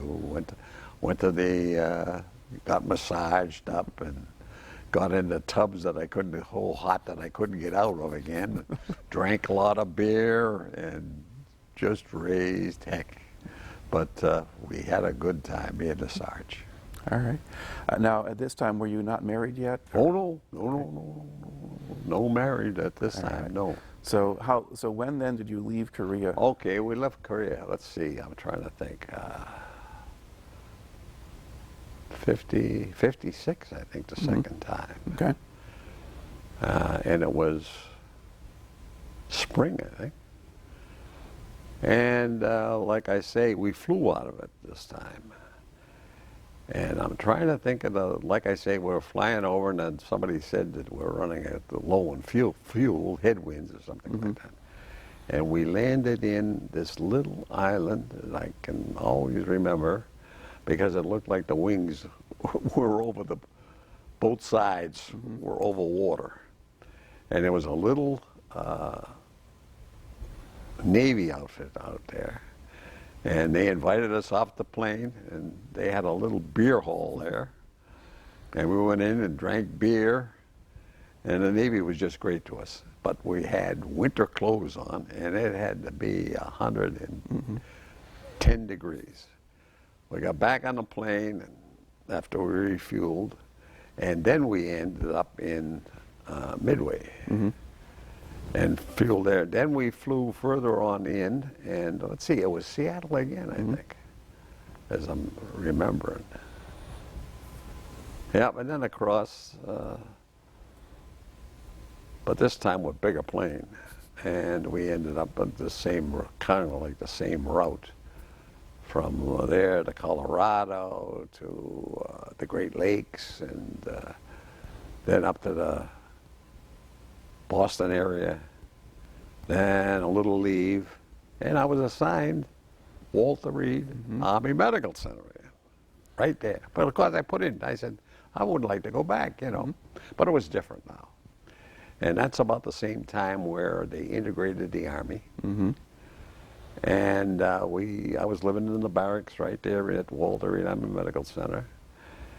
And let's see, a lot of stuff happened at that time. I think Pershing was still there, or he did. I think Pershing was died. dead. Huh? Pershing had died in the 40s, I think. No, I think 52, something like that. Anyway, he was there, but that was the elephant graveyard for all the big shots. Let me see, when I was there, Secretary Dulles got sick. We had to get on to get him. I can tell you a story about that one. You ever hear of Pearl Mesta? She was the big party girl. Well, anyway, we had the ambulance, and I had a little kid, a little corporal. Oh, by the way, I'm in charge of the transportation of Walter Reed. Right. Sergeant, first class now. And the word come that we had to pick up Secretary Dulles. And I coached the kid how to get down 16th Street and all this kind of stuff. He says, I know the area there. Okay, boom, boom, boom. But they sent the doctor with him, a major. And the major is in the front seat with the kid. They get to Dulles' place, and they pick him up and put him in the back of the ambulance. So on the way back, the major says, let's go through Rock Creek Park. The kid says, well, I'm not sure of Rock Creek Park. I'm not, you know, I'm driving through there. So you have to see it. I don't know, you ever see Rock Creek Park? Okay. So anyway, I start going through Rock Creek, but pretty soon we can't find the Secretary of State. And they're beginning to, you know, everybody, all the big shots, and Walter Reed, where down, you know, and they start all over the place. I forget how long it was, but I guess it must have been 20 or 30 minutes. We had no contact with the Secretary of State. And he comes in. Well, got to hold somebody accountable for that. Who was it that was driving? The kid, a little corporal kid. And, we'll get, you know, they were going to. But the kid said, but the major told me that you will drive through Rock Creek Park. I didn't want to drive through. I can't blame the doctor, you know, I can't blame him. So anyway, this is really, it's true too. Pearl Mesta used to throw these parties. Well, she's throwing this party, and at this party is a girl who was the girlfriend of that corporal who was driving that ambulance. And she started crying because they were afraid they were going to really hang this kid. And she told Pearl Mesta. Pearl Mesta says, what? she calls this reporter from the Washington Post, and they tell him the story. And then into the paper comes this column about this kid being hung for something that this major had pulled. That was the end of that. So anyway, Pearl Mesa saved the day for us. And that's the way things went on. Then one night I'm in there, I believe this was a tour at the same time. I was in there as NCOIC of the Walter Reed up in headquarters. Are you familiar with Walter Reed, the old army of Walter Reed? They had the steps in front and the big columns, and beautiful place. And I'm in there, and I'm up into the main receiving area, and I'm walking around. All of a sudden, two guys come in. Looked like they were dressed alike. And they come in. Hi, Sarge. I says, hello. And they go sit down over here. A little while later, another guy comes in. He sits over here. I said, holy crap, I think this is the Secret Service. Myself, my right. I can't think of the guy's name, but he was a guy, O'Rourke, I think was his name. He was the spokesman for Eisenhower, you know, reporter. I think it was O'Rourke. He's an Irish guy. He come running in, hey, Sarge. And I recognize him because of the papers and stuff. He says, you got any coffee around here? He says, I can get you some. He says, get us some, get a lot of it. He says, got any telephones? I said, got 2 or 3 of them over here. He says, get who's up around. We want them all set up and all this kind of stuff, you know. And I called the officer in charge, you know, and he was sleeping. I said, I think we got something big going on here. And he comes, what do you think? I says, I got Secret Service all over the place. I'll be right up. And he comes, then he starts calling the different, you know, the mess sergeants and all this stuff. He starts getting everybody going. And down the hallway comes another group. And then behind them is the President of the United States. And he comes down, and I'm standing there, standing at attention, you know. He comes up and he says, how's everything going, Sarge? I says, it's going pretty good, sir. Anything I can do for you? I don't know what to say, you know. He said, nah, they'll take care of this stuff. And he shakes my hand. So that's how I met So do you have any idea Eisenhower. why he was there? Yes, he had ileitis, Okay. something wrong with his leg. And I got a kick out of this because the commanding officer of Walter Reed, I mean, all they could at that time, medical officers could only get the 2 stars. That's the tops. And he drove around in a little, I don't think it was a Chevy, maybe a Buick. That was his staff car. They worked on Eisenhower. I don't know how long after it was. Big Continental.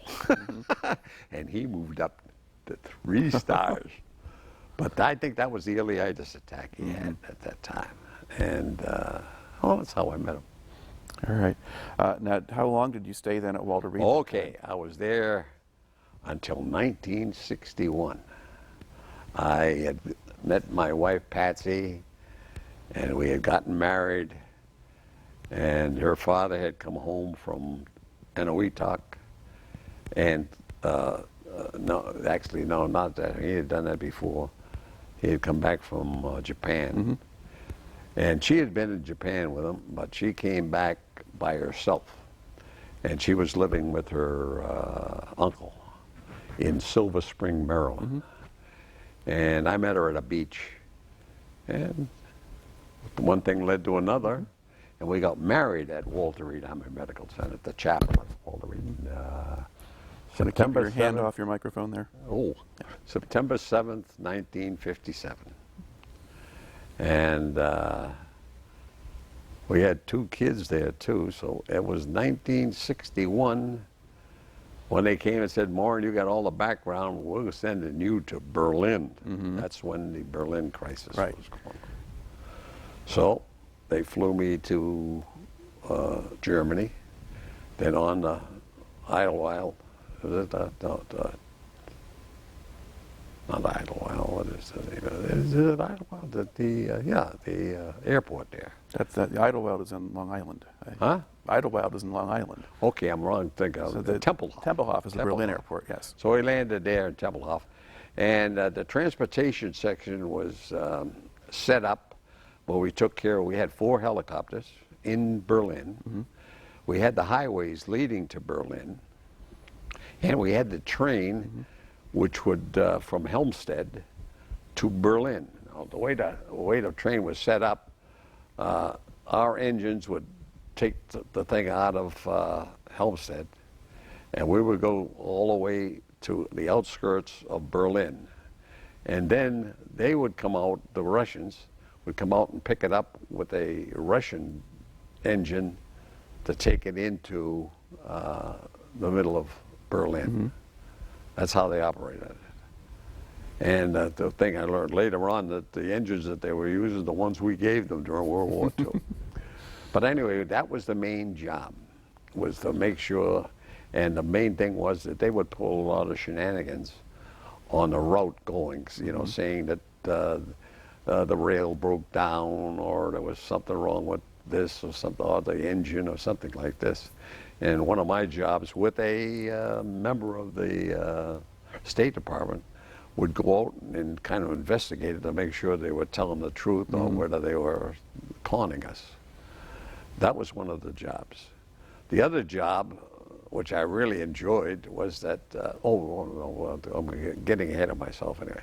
But anyway, the other thing was everybody from East Germany was coming through. Mm-hmm. I mean, they were taking these subway stations, all this kind of stuff to get into West Berlin.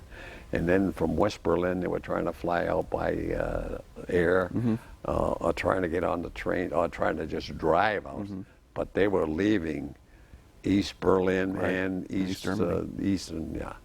I mean, they were really coming out. Then all of a sudden, the thing was, they decided on the wall. Okay, well, things were hectic. We were busy, just taking care of things, you know. Then all of a sudden, they came down one night, we didn't know, and they set up the wall, start setting up the wall. Well, that really threw us into a panic, and we had the 40th Tank Company there, which was a medium company, and I don't think they had more than 25 tanks. And then we had the 6th Regiment there, and they didn't have that many guys either. And later on, I learned that we had about 6,000 people, special forces, not some of them too, and we were a special brigade for Berlin, and we had about 6,000. The British had about the same, and the French had about the same. But surrounding us, somebody had mentioned, I don't know how true it was, but there was 22 Russian divisions around us. And we just kept operating in there and grabbing these people and trying to help them and all this kind of stuff. Then they start putting up the wall. And of course, that was the first big one. Everybody went to the wall and lined up across, you know. And we're talking to them, and all of a sudden, and of course the Russians are saying, it's the East Germans that are doing this, it's not us. And we had all the kids up with their, but no, we never issued any weapon, any ammo. Okay. And we used to have these alerts, well, 2 or 3 a month. And you'd go to your area, and my area was down around the motor area, was to set up all these convoys. If the Russians let us out, we would take all the dependents and stuff and send them out. And that was the way it's set up. Then they started setting up the walls, and then Checkpoint Charlie started. And then they turned around and said, had to go through Checkpoint Charlie to get into East. And we said the Potsdam Agreement, I think I remember, that was all signed up, which said that we had the rights to go to any place in Berlin. That was all signed. And of course the Russians had the right to come into our area. And what we did is we started setting up a bunch of cars and stuff, and the senior NCOs, which I was one of them, and officers, we'd put on the American flag with our uniforms, and we'd go through checkpoint Char and go in East Germany. And that was comical. I mean, we would go in, and of course the East Germans were all glum now. The wall was going up; they couldn't get out. They were all scared, I'm sure. And we would go in there, and there would be a lot of Vopos. So a Vopo was a Volkspolice or something. yeah, like that. Vopo police. They were ones that used to. They brought them in because the regular German police from Berlin were hesitant to use the type of what they had to use to keep these people back. Right. Because they would shoot you. Yeah. And anyway, I would go in, I don't know, maybe 3 or 4 times a month. And I'd go through the thing sometimes during the day, sometimes during the night. And what I would do is when I get in there, was I was told, just mingle with the, and of course, to be somebody looking at in a window at a shop or something, and I'd walk right up and stay in the next one, look at them, and they look at me, Americana sold that, and boom, they disappear because they don't want the East Germans to think that they were, part of the thing. And one of the places I used to go to was a Lutheran church that they had right there. Well, it was more like a cathedral where they used to have the German emperors and all this stuff crowned and all this kind of stuff. And it was right in the middle of the East Germany. And I used to go, but it was bombed during the war, and they were using it at that time when I was there as an attraction for to show people. And I used to go in there, and I met the woman that was running it, and she got to be a good friend of mine. I used to bring her a candy bar and stuff like that, from West, because the difference between the two places, you cannot believe. Yeah. I mean, how much sort of damage from the war was still visible when you were going through?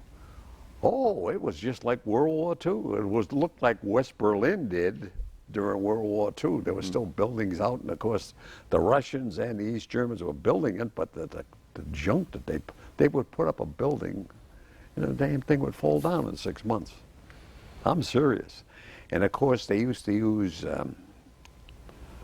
charcoal for heat.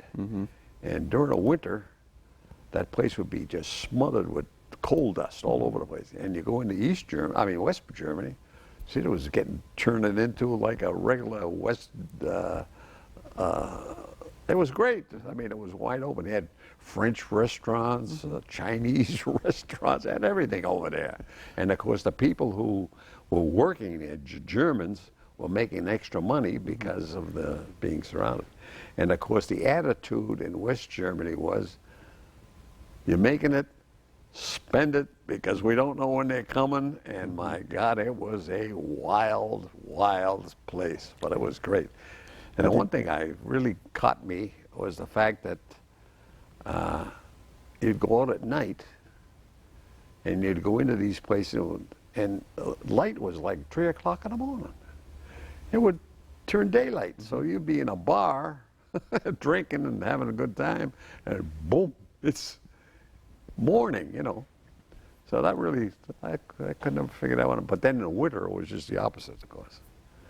And that went on, and Did you bring your family out there? okay, about 4 or 5 months after I was there, they said they could bring the family in. So really what it was, we were hostages.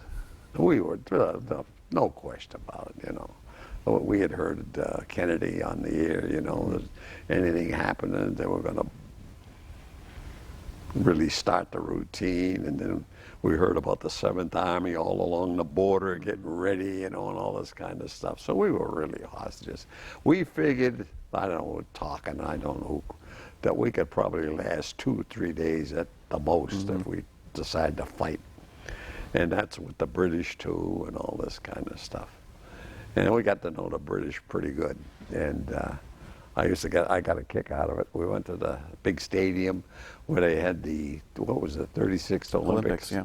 Went to that, and they had the British monarch's birthday there. And I don't care who knows it, only the British can march and have a ceremony like that with horses and all this kind of stuff. It was great. And I got to know a couple of British sergeant majors and all this kind of stuff. And then they gave me I became an 8 at that place in Berlin. But anyway, that was my job. Oh, and one of the real great jobs I had, which I really enjoyed, after my wife got there now, because I fooled around, you know, I had a Club 50. That was the name of the NCO club. And General Clay was he was also the one that was in Nuremberg, too. So I never thought I'd see him again. He was a 2-star, I think, there. But he was a real big one up here, a 4-star, I think. And General Clay, yeah. And they named an alley up from the street and all this kind of stuff. And of course we would go, and we'd have picnics and everything with the German people out there. And one thing that I couldn't get, they would get popcorn and put sugar on it. And we went out in the street and we'd get, you know, we were just, and steak was only $1.65 a pound. Booze was cheap and old. They used to bring the Berliner Kindle, which was the beer, right to your door, and boy, it was great. That kind of stuff. But the job that I really liked, nobody could get in trouble there, because if you got in trouble in Berlin, you were gone. I mean, you had to act right, or you were gone. They didn't care. They would goodbye. So we had a courtesy patrol. Now, what that meant, they would use a first sergeant or a E8 or something like that. And we would get a sedan, and we would go to all the different houses of, well, you name it, bars and all that stuff, where the GIs would go drink and all that stuff. And our job was to go in there, talk to the madam or whoever was in charge and stuff, and make sure they were all acting right. And if anybody they thought was going to get in trouble, we'd actually grab them, take them out, put them in the sedan, and take them back to his unit. And that was the courtesy. But I used to get into every place. I mean, you can't imagine some of the places that and of course you got, American soldat, not Saji, you want a ticket to this? You want to, all this kind of stuff. So it was just great. I really got a kick out of that. Okay, that's Berlin. Now I'm going to tell you the big one on Berlin. I think okay. I think it was in, again, October of 1963. Mark me wrong, but I'm pretty sure it was. We had an alert. Boom. I went to my locale where I'm supposed to meet and get everything set up for the evacuation and stuff like this.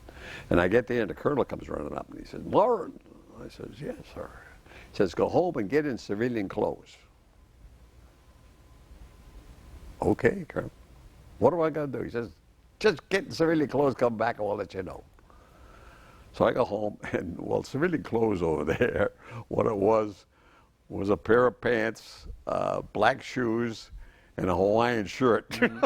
Every GI and known brother was dressed the same.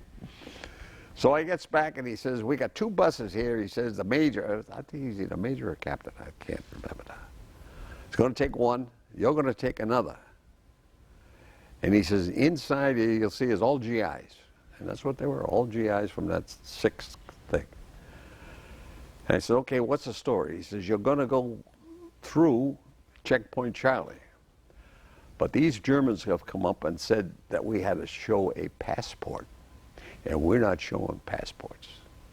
The Potsdamer Agreement says we could go in here.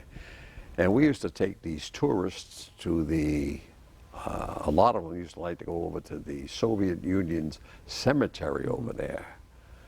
And they had a big cemetery over there, and statues and all this kind of stuff, because they lost nearly 250,000 men there. But I make the long story short, he says, you go over there, and he says, it's the Vopels, they'll probably stop you. He says, give them some nudges and make sure that they're really going to stop you. I says, you mean shoot into the, he says, Could be. But anyway, I says to him, and I don't ask too many questions, but I says, but aren't they the Soviets over there? He says, no, no, no. They're saying that they don't know anything about this. It's all East Berlin. The East Germans. So I said, okay, Colonel, away we go. So we get down there, and oh, by the way, I could be wrong on this, but I think I'm right. That's the only time they actually issued ammo to the troops for this alert. So I gets down there, all the tanks are lined up. All the GIs are up in the buildings. And they have an officer standing out right to the edge of our zone. And they had a Russian, or was he East German, I'm not sure. All the way up, facing each other, just looking at each other. And out we go. And we go through Checkpoint Charlie. And we go up, I don't know how many hundreds of yards, but it was quite a way and I could look back, and they were all lined up across there. And lo and behold, a couple of those fofos are there. And one of them looks at me, and I look at him, and he had one of them submachine guns. And so I told the driver, stop. He gets out in front of the bus, and he knocks on the door to get in, but I was told him, you don't let nobody in. And I said, you ain't getting in. You know, I didn't give it, I had to kill him, I'd have to kill him. So anyway, he looks at me, and I look at him, and he knew what I meant. So he went around, and I said to the driver, edge up on him and start pushing him out of the way. So we, boom, boom, we had a big, what was it, Mercury? Oh, okay, I can't think of the name, but the big bus, nice. All the GIs are in back, they're all, they know what the hell's going on. Now, were you all in civilian clothing, or were you just you? Yeah, I had my, we were supposed to be tourists going to that Russian thing. We all looked the same, all had our Hawaiian shirt on. That's what I had too. And we start nudging him a little bit. Pretty soon he gets up and he takes the thing and he breaks the headlight, and he sticks his foot up, and we nudge him out of the way. Boom, he falls down. Then all of a sudden, they had a radio contact with the. It's amazing. I can't remember if the guy was a major or a captain, but he comes running down. Okay, Sarge, okay, that's far enough. We've been told to stop right here. Okay, so we stopped. And I look back, we had to be a few hundred yards from our lines, you know. I'm saying to myself, oh shit, something happens here. How am I going to go back there, you know, with the wife and kids? But anyway, we're staying there, and all of a sudden, from our lines comes a couple of Jeep full of MPs. They pull up, get out, set up a V, start pushing the fofos out of the way. Boom, boom, boom, boom, boom, boom, boom. It's then I hear it. Boom, big heavy roars. I look up the road, I don't know how far up it was. Down comes the big Russian tanks. All of you. And I mean, they would look big guns, man. They were coming down, and they get right by the bus, and they go by, and then another one comes up and stops. And then somebody opened the hatch, and little German kids sitting in the thing, you know, the little German kid, you know, 18, 19, 20, something, whatever. He looks up and he looks at me, and I look at him, and you know what? But there they were, all ready. So we're waiting.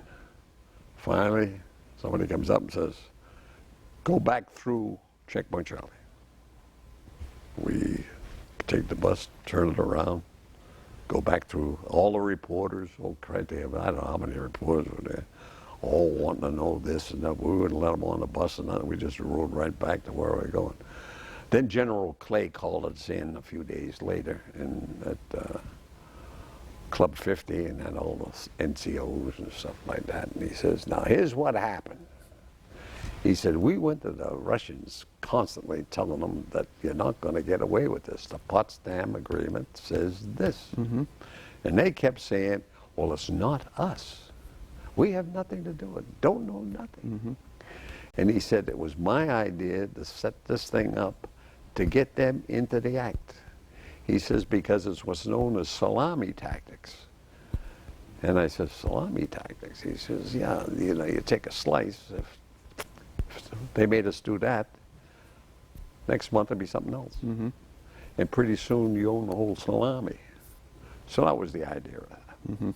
So it was pretty exciting. So you were testing the limits and you kind of forced the Soviets That's to right. kind of We show up. forced the Soviets to come out, and then after that, they didn't bother us anymore. Now, do you think that was October 63 as opposed to... I think it was 63. Because 62 was the Cuban Missile Crisis. Yeah. When now... Well, that was the whole. Well, you got to realize now, in between this time, Vice President Johnson comes in. He drove in over the. It was all pushing, you know, to see how far they would go, and then Kennedy came. Yeah, that was in the mind. You know, we're saying if that thing blows, we're gone. I mean, forget it. There's no way that you could hold off in Berlin. Oh yeah, I wasn't really scared. Well, not really scared. I wasn't really concerned until, you know, something happened on that thing. But I'll tell you something about the Russians. You get a kick out. When I was leaving, I had a vehicle there. I had a car, and I had to take it up to Bremerhaven. And I had my little boy. He was what, 2 or 3, and he wanted to drive up to Bremerhaven with me. So we pull out, and what you had to do, you had to get a little passport type of thing, which says you're an American and all this, to go through the highway, because the Russians had a block there. And we go up to the thing, I get out of the car, and they go under the car, you know, checking for bombs, all this kind of crap. And I get in this little building that they had Lenin's picture and all the rest of the big shots, you know, on the wall, and they played some Russian music and all of a sudden. And what they do, they just lift up a slide, like, and they hold out their hand, and you hand them your thing, and down it would go. And if they felt like it, they'd keep you there for hours. Well, I go in with, then I had a little Jimmy with me, and sat him down off to one side, and up comes the window. I hand him my thing, down comes, boom. Wasn't 5 minutes. Up comes the window again. He hands me my okay, and he hands me a lollipop for the kid. And we drove all the way up to the Bronx. I thought maybe that's a nice little story like that. All right. And so what year was that when you were leaving? I was leaving in 64. Okay. Yep, 64. And oh, I had another child born there too. Eddie was born in 64. So now you come back to the States, and where do you go next? Okay, Topeka, Kansas. Okay, onward to Topeka, Kansas. Drive out through here with my old car from Berlin, and it was just about had it. But anyway, we drove out to Topeka, Kansas, and my job there was as an advisor to a heavy truck company, which was in Osage City, which was outside of Topeka. Cowboy country, man. The guy who was the captain in charge of it, who was the captain of the company, he had a cattle ranch out there, and he had about 400 or 500. And I learned a lot out there, man, because he says, I'm going to buy some more land. And I said, oh, yeah? And he says, yeah, I'm going to buy 2 sections. And I'm saying to myself, 2 sections? What the hell? How many acres is that? You know, 2 sections. That's a mile long and a mile this way. And I just get a kick out of it, because I'd have to drive out and get these guys who wanted to sign up for the reserve and all this kind of stuff out there. I'd go out there, and all they had out there was beer and wine. And the other thing was that they'd put a post up, 75 cents an hour and all you can eat if you wanted to push these things through the Corn Belt. And the Corn Belt was so far, they used to issue some of these guys a motel. You could not believe how big that place was. So that was my job, and I'd have to take them once a year up to Camp McCoy, Wisconsin. And we train them up there, you know, and stuff like this. So that was my job, being their advisor. I would go to their meetings. They had one a week or one a month. I would go to them, sit in there, and make sure they were talking up, and make sure they were there. Because a lot of these outfits would, you know, they'd write them down. Oh, well, we had 50 guys here and all this kind of stuff. So actually it was when we had a tornado too, came right through there. And we had an old ambulance, and I drove that through the tornado and helped them out with the tornado thing, but it came right through town. But it was a nice take-in, and we had people next door who had gone out there with the covered wagons, for God's sake. One of them knew Wild Bill, the guy had the big show. Oh, that's Buffalo Bill. Buffalo Bill, yeah. And he knew Wild Bill Hickok, too. I don't think he knew him. But I wouldn't have, because Hickok had died relatively young because he got shot. But it was Wild Bill. But Buffalo Bill, though, he had the Wild West show. And what he did for Buffalo Bill was, when Buffalo Bill would come into Topeka, he would ride and get some cattle and stuff like that so he could use it in the show. But what was good about him is his house had a big, deep cellar because of the tornadoes. The place that I had rented out there didn't have that. So we rushed over there, went down into his cellar, because that thing came right over. Woo-hoo! I'll never forget that one. But anyway, yeah, and they got to be good friends of ours. And I was there for 2 years. All right. So you get to 1966, and what do they do with you at that point? Well, I was there, let's see, 56, that was 64. Yeah, you come back in 60. You get there in 64. Yeah, I came back in 64, and I was there from 64 to 66. And then came Vietnam. All right. All right, I got the word to go to Vietnam, went back to Washington, D.C., set my wife up in a house in Washington, D.C., and took off, and they had a strike. Airlines had a strike. So all the way to the West Coast, I had to take National Guard planes and stuff like this all the way over, and boy, some of them were really rickety. And I went to San Francisco, where I got a good deal. I'll never forget it. I'm sitting in, you know, because I had my papers all the way to Vietnam. And the guy come by and he says, Sarge? I says, yeah. He says, they got 4 spaces up in that plane over there all the way to,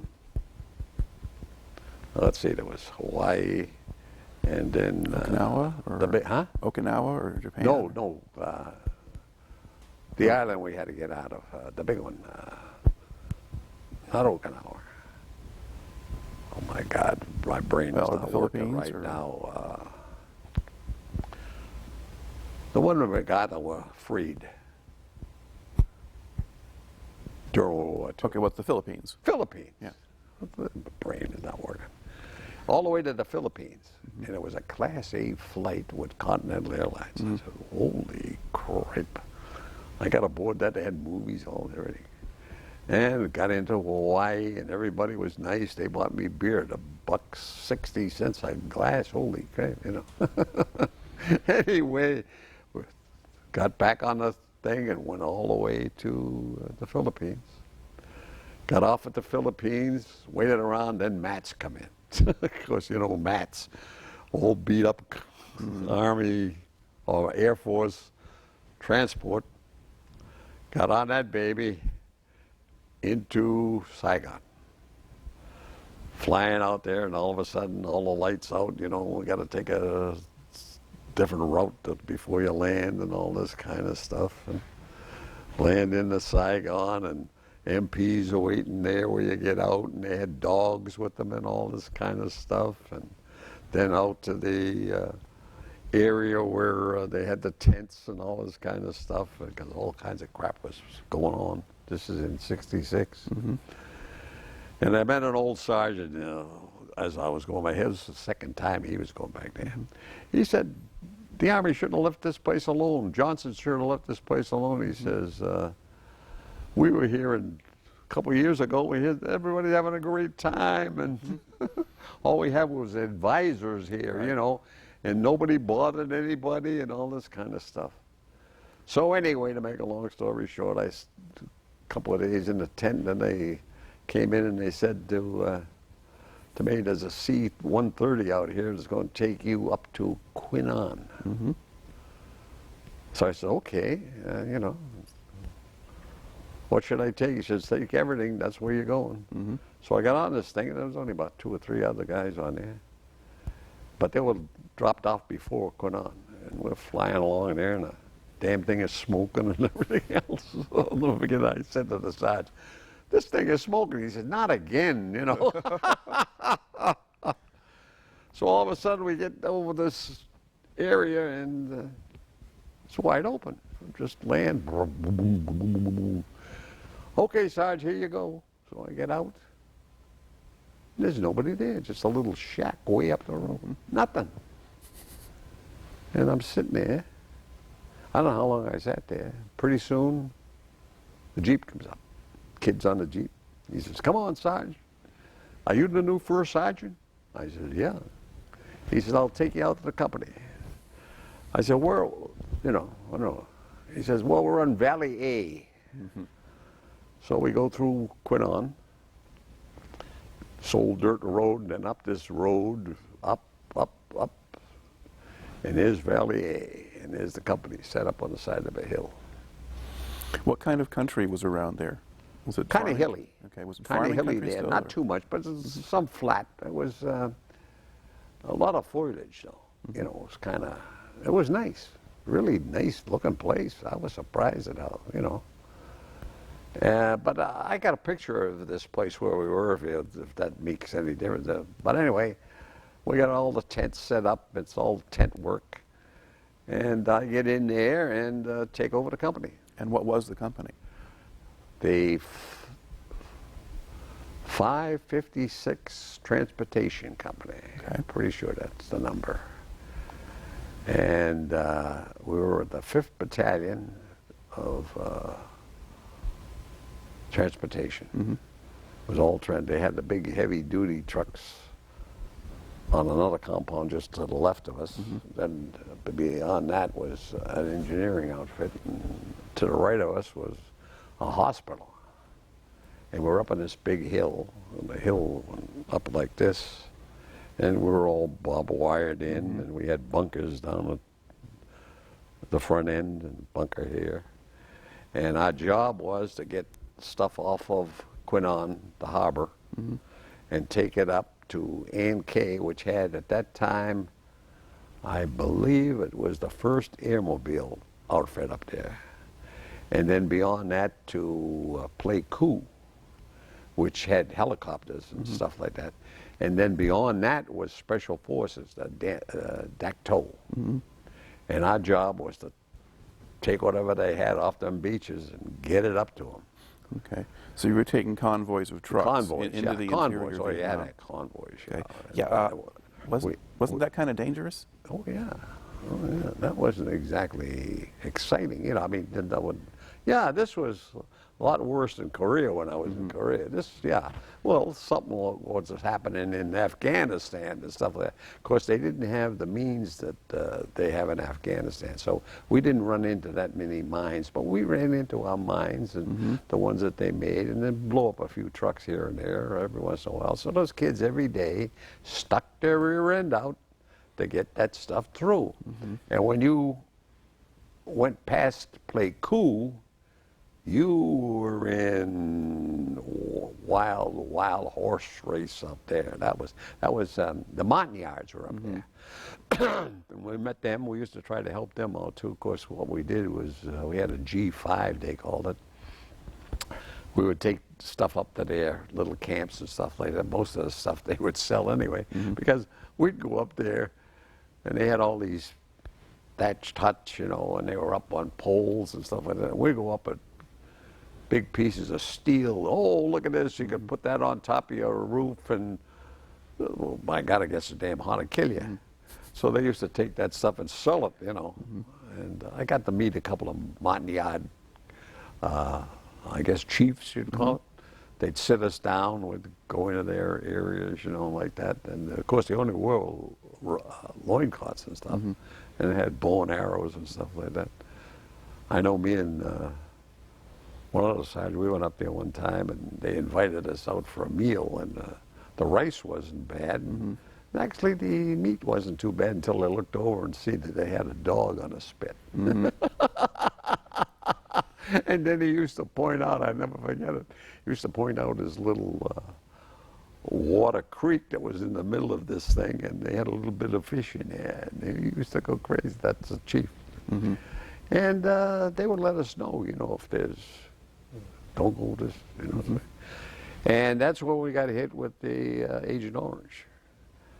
We were down, as we were going, as you come out of Mont-Saint-Denis, you went through a jungle area, and it was real slow going up these hills. I mean, you were in Grandma all the way up.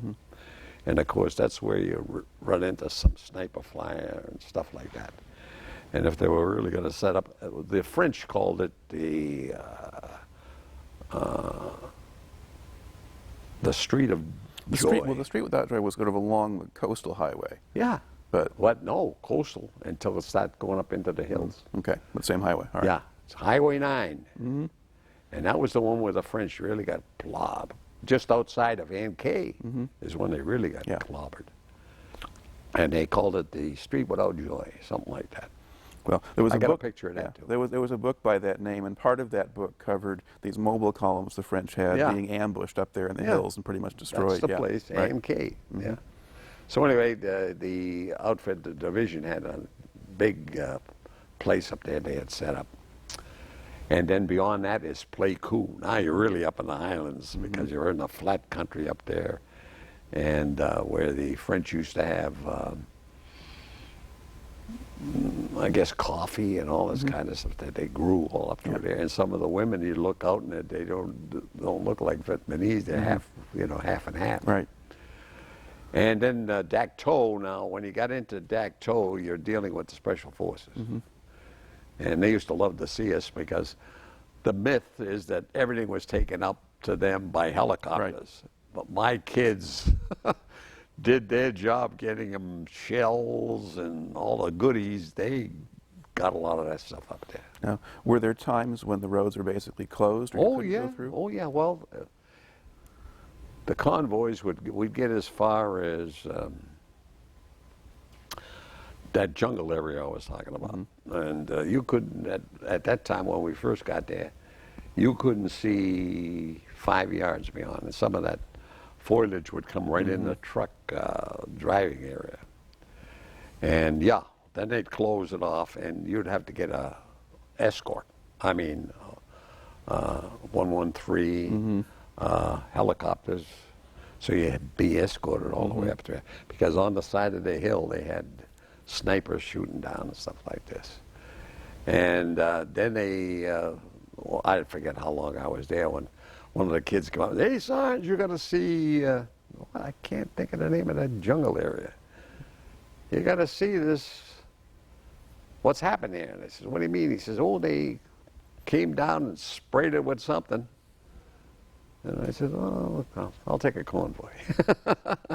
I had to take a convoy every once in a while just to keep my foot in it because you can't tell those kids to do that and not go up yourself, you know. So anyway, to make a long story short, I took one convoy up there and I'm going up and we get to that area and holy moly, I couldn't believe it. Everything was gray. Everything was off the trees, everything was off the bushes. You had a firing lane of about 100, 200 yards, both sides.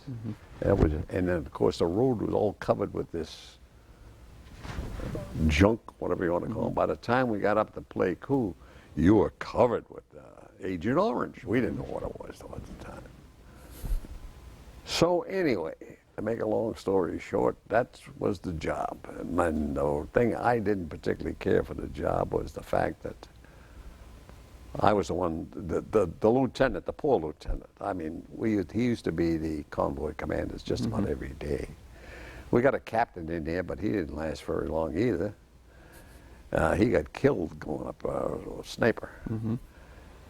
And we used to run that poor lieutenant to death. And of course, running the company on the Quinon area there. Oh, and then we got another company in, and they wanted to use our area. The colonel came in and says, they got to use our area, so you got to move this whole company, which I did, up to Pleiku. Oh. Holy moly, what a job that was. And I got a kick out of it. Right outside of our place was a guy would help you with tires. And by the time I got up to Pleiku, it's supposed to be all secret. Oh, secret. Oh. He was already set up there. He knew more than what we did. But anyway, we were in Pleiku, I forget. We come out, of course, we had to dig holes up there because you could be hit any time up there. And let me think, Pleiku. Yeah, Pleiku was quite a place. We did our job out of Pleiku, helping the helicopters, you know, with their material and stuff like that, and the ammo dumps, and taking a lot of stuff up to Dacto, and there was another place beyond that, but this is, you know, I used to go up there for, because a guy from Walter Reed Army Medical Center was up there as a medic, and I knew him at Walter Reed, and I went up there and I used to go see him, and he had a little green beret and all that stuff, and he'd say, hey, put this on, Sarge, and you know, all this kind of crap. But I used to go up there and just to keep my foot in because, well, you just can't do, you can't ask kids to do something you won't do. You can't just lead from the desk. No. Okay. How, what kind of casualties did you take? Not too bad. Most of our casualties was from the traffic. These kids would go up there with these, I forget how many gallons of fuel. And it's over 100 miles or something like that. And they would empty that fuel and they'd be coming down those mountainsides and all of a sudden they'd fall asleep. And I think we lost, killed was only 2. But going off the side of them roads, well, at least a half a dozen. And of course I got a kick out of it. I'll tell you how bad it was. You had an accident, or my outfit had an accident, the general would call me. Nothing in between. You know, you would expect. He was something else. He'd say, "Hey, Sarge, what are you doing out there?" You know, and all this kind of stuff. Well, here's what we're doing. So, okay, make sure you keep doing that. Cut down those goddamn. I don't care what you have to do. But never tell me why you didn't go through the colonel or anybody else. But that's the way it was. What kind of guys did you have working for you? How would you characterize them? Great. When I first went there, it was all volunteer, just about everybody. And those kids, believe me when I say this, I was beyond belief when I met them. They were willing, they were able, and they went. And all you'd have to do is say, we're gonna, you know, every day we said it would, well, I'll perfectly honest with you, 58% of our trucks, I mean, 98% of our trucks, are the 58 trucks, went out every day, and we loaded them, and the biggest thing was to maintain them and get them going and have those kids go up those roads, and they went up there. Only in a few cases, and we put sandbags, you know, under their seats and all this kind of stuff, because every once in a while, a truck would go up. Luckily, the truck would go up with the sandbags and stuff, and what they were using at the time didn't kill the whole crew, just ruined the truck. And the trouble I had, well, not really trouble. You'll get some kid come back after he's been hit like that, and he's all and I'd let him rest for a day or two, and then I'd say, come on. I'd take him up in this truck next to him so they can, you know. And they got over it, at least most of them. And I don't know what they did when they got back. But the biggest thing, no, great kids, great guys. Well, they weren't only kids, they were guys. And I had a colored sergeant who was the who ran the operation. Fantastic, great guy. And I had the best cook in the United States Army. All we did, which was not kosher, I had a beer tent. We were supposed to have a beer tent, you know. And I used to sell the beer for approximately 10 cents a can. Now, where do we get the beer? We would go down to the wharf. And what they would do is they bring a lot of the stuff in. There was no warehouses down there, quite on. And they put it right up on the beach. And this stuff would be left out on the beach. And boy, when it rained there, man, monsoons, it would completely ruin the setup. And all them beer cans would fall. And we get on there, and I'll never forget the sergeant. He says, "You got to clean up this goddamn place." He says, "I'll sell you the beer, 50 cents a front end loader." So we get on a big front end loader. We take all this beer, put it in the trucks, take it out, put it in the mess of the little tent I had for beer, sell it to the kids, get the money, give it to Cooper. Cooper was the name of the our mess sergeant, Cooper. And I'd give it to him. He'd go out on the local economy, and you could not believe what this guy could do. He would get stuff, you know, to eat and stuff, but what he did is he built this big mess hall. I got a picture of that thing. It's unbelievable. You know, rock, and he'd get the local guys who knew about rock and all this kind of stuff. And then we had people from around the area, you know, the engineers and other guys from other areas, and they would come in. And who especially used to come in was the guys from the Koreans, the first was a light horse division. Yeah. They would come in all to eat with us. And man, he used to set up. I'll tell you, he was the greatest cook I ever seen in my life. We even had colonels come in. "Hey, we got to eat over here," you know, all this kind of stuff. And then the other thing, I had another kid there who was just another great kid, and he says, you know, you had to have well, you crapped, you know. You had to, and he built us a beautiful, I think it was 8-holer. It was, you know, all covered and everything else. It was great. I'll tell you a lieutenant's story, okay? I had this lieutenant come in. He was supposed to take over. And he came in, you know, with I'm a lieutenant, and this is what we're going to do, and all this stuff. And the old captain, who we were running up and down all the time, he was so damn tired he couldn't, you know. He came in and I said, "Hey, Cap, we got a lieutenant in here, and he is gung-ho. I think he's from West Point. I don't know." And the captain says, "I'll handle him." I says, "Do you want me to just kind of take care of this?" He says, "How are you going to do it?"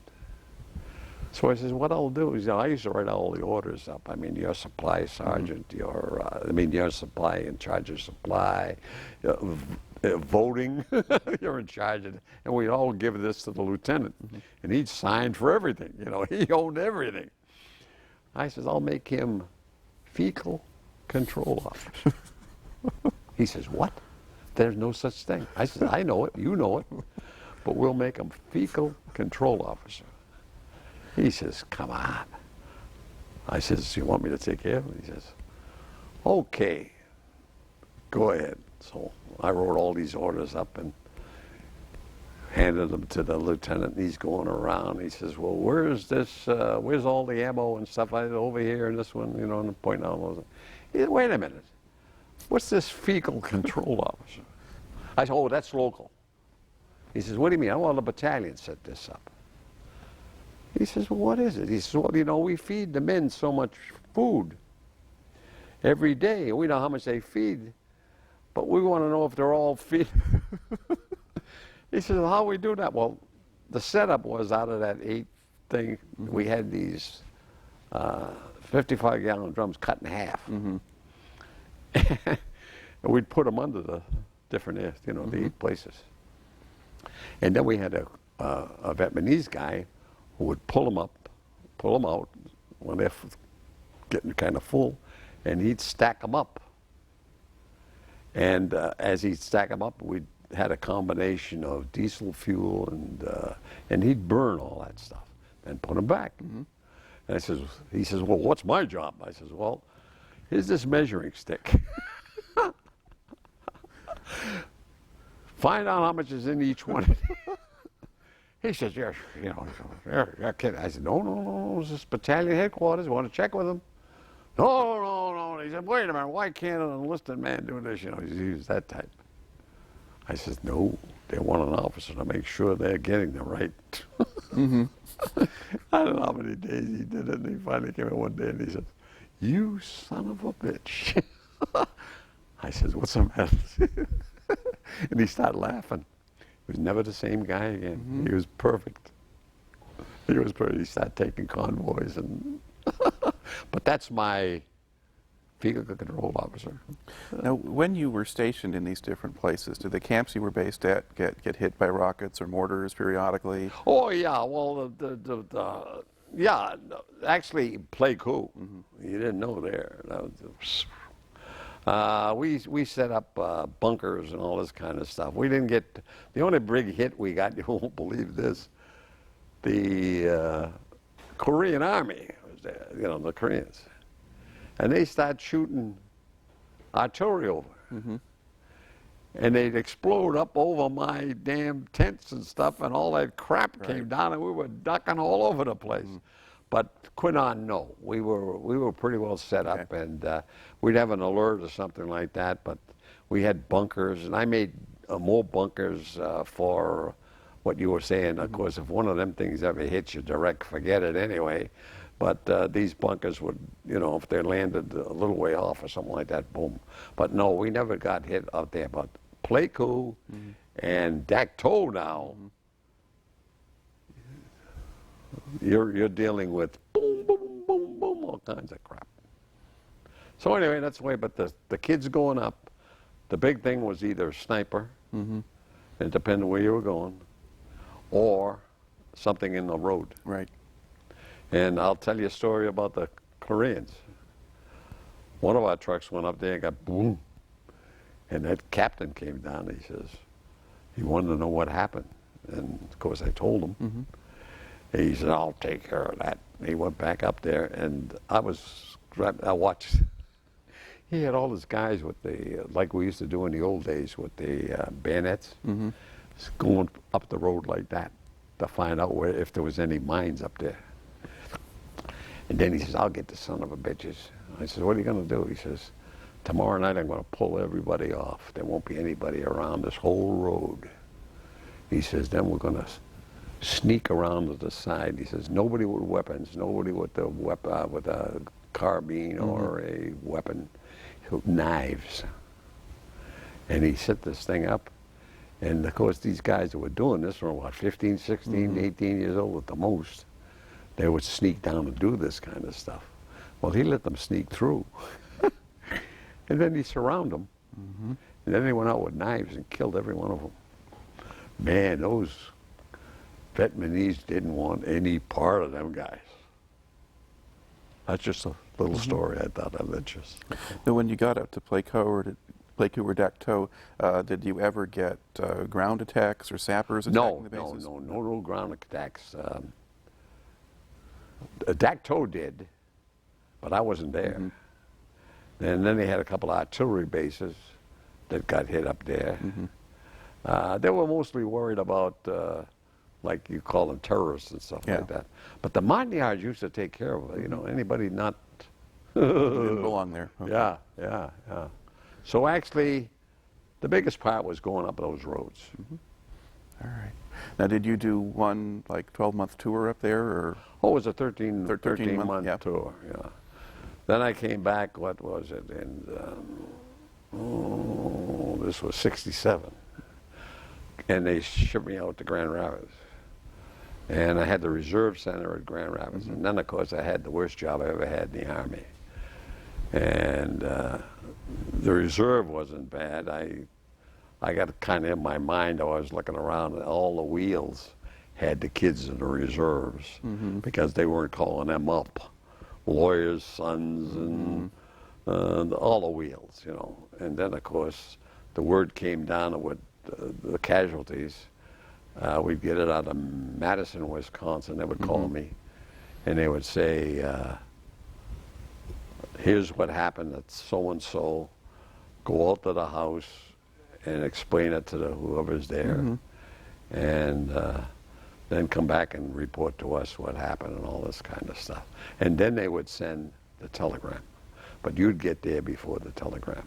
So I don't know how many times, I never did count, but I did it one time on Mother's Day. And of course, when you drove up, they knew, you know, immediately. And the Mother's Day one, she just looked at me, she says, "You don't have to tell me, I know." And her son, who was with her at the time that I pulled up, was in the National Guard, locally. And she took it real hard, you know. And then, of course, the idea was for me to offer them whatever help I could get. And then they would, and let them know when their son's coming in and all this kind of stuff. But I would get to some houses where they would all break down, and one or two of them pounded on my chest, "Why couldn't have been you?" and all this, you know, this stuff. And then, of course, everybody's screaming about Johnson. He was the president and all this kind of stuff, and ran into all kinds of stuff like that. And that was brutal. I mean, you know, you don't know what you're going to face when you go in there. And went all the way up to Traverse City and back. And most of these kids were, the ones that got killed, were mostly lower echelon, you know what I mean? They weren't, one lieutenant, and had a nice, beautiful house and stuff. But the rest of them were, you could tell, working people, you know. And then the one I really got a kick out of, well, not a kick out of, but really threw me off in a way. I pulled up to this house. It was like a little farmhouse. And I looks around, there's a big Mercedes over here, a Cadillac over here. And it's a little farmhouse. I knocked on the door, and she says, "Come on in, I know what you want." And I come in, and she's in a, I don't know what you call those outfits that they wear in Hawaii, that long thing. She was kind of heavy set woman. And she had books everywhere.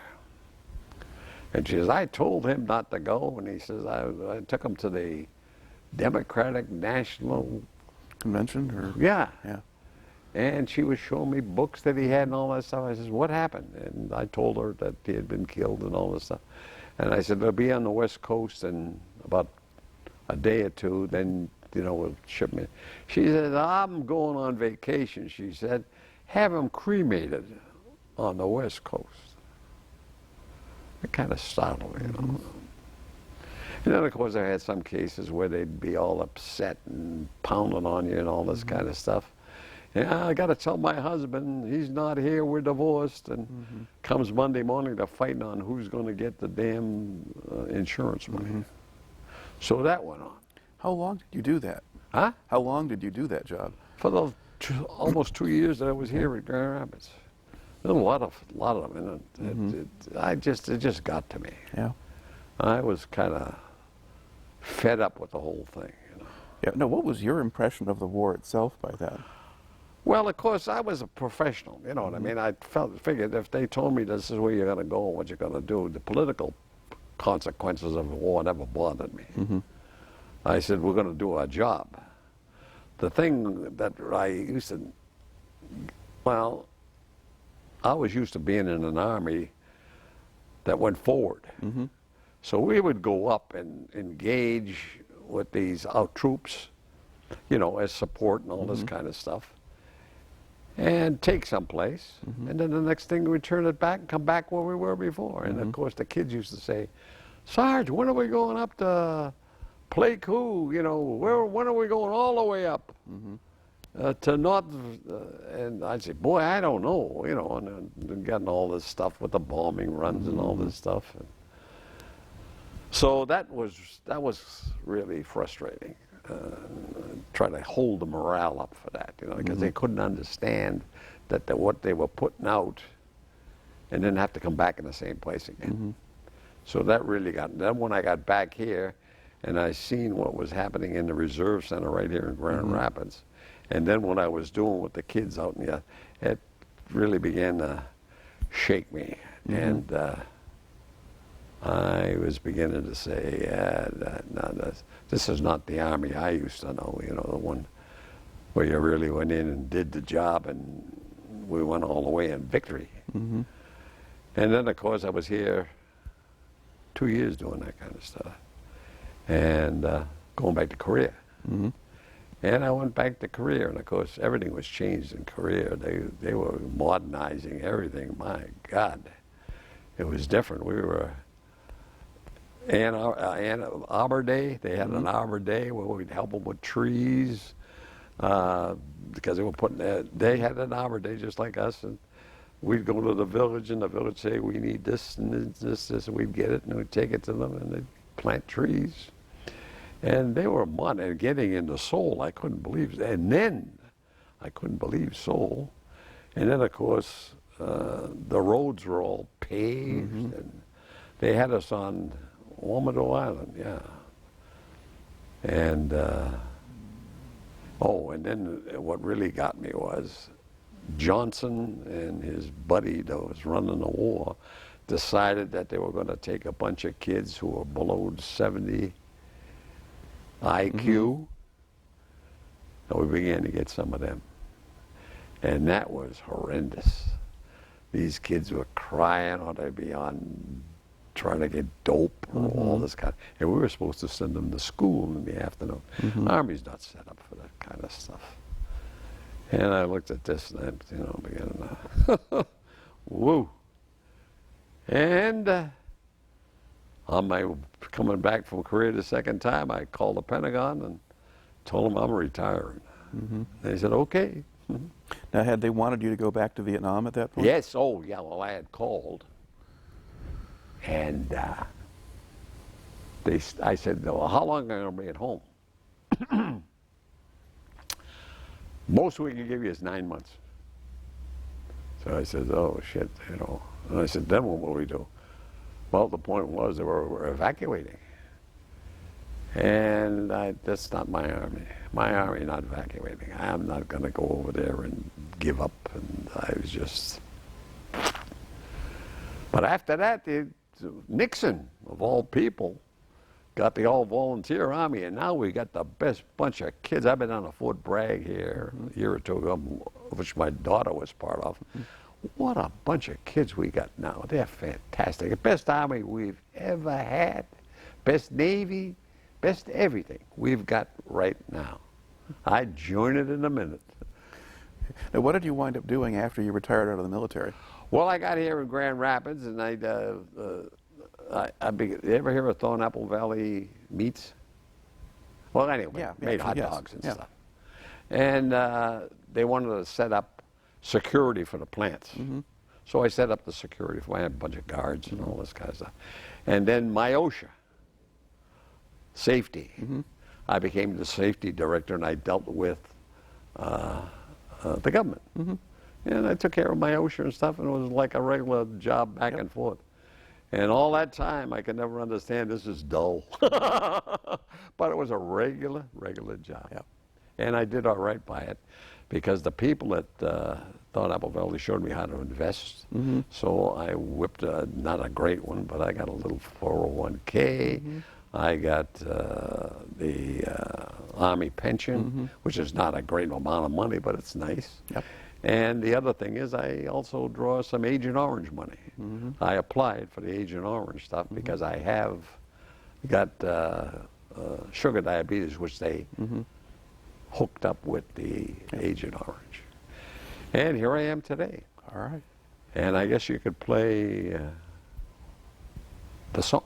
Well, I tell you, you've gone almost the entire 3-hour tape here. So is that right? You've told one heck of a story. So I just like to. Well, that's my life. Let's see. I don't know what else. Oh, some of the stuff.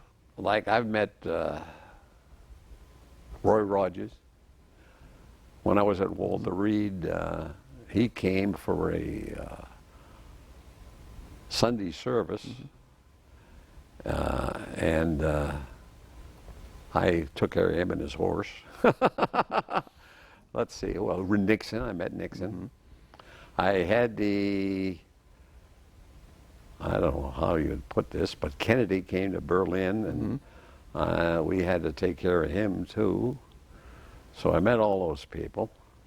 Nixon, I said Nixon, and you ever hear of Beetle Smith? Yes.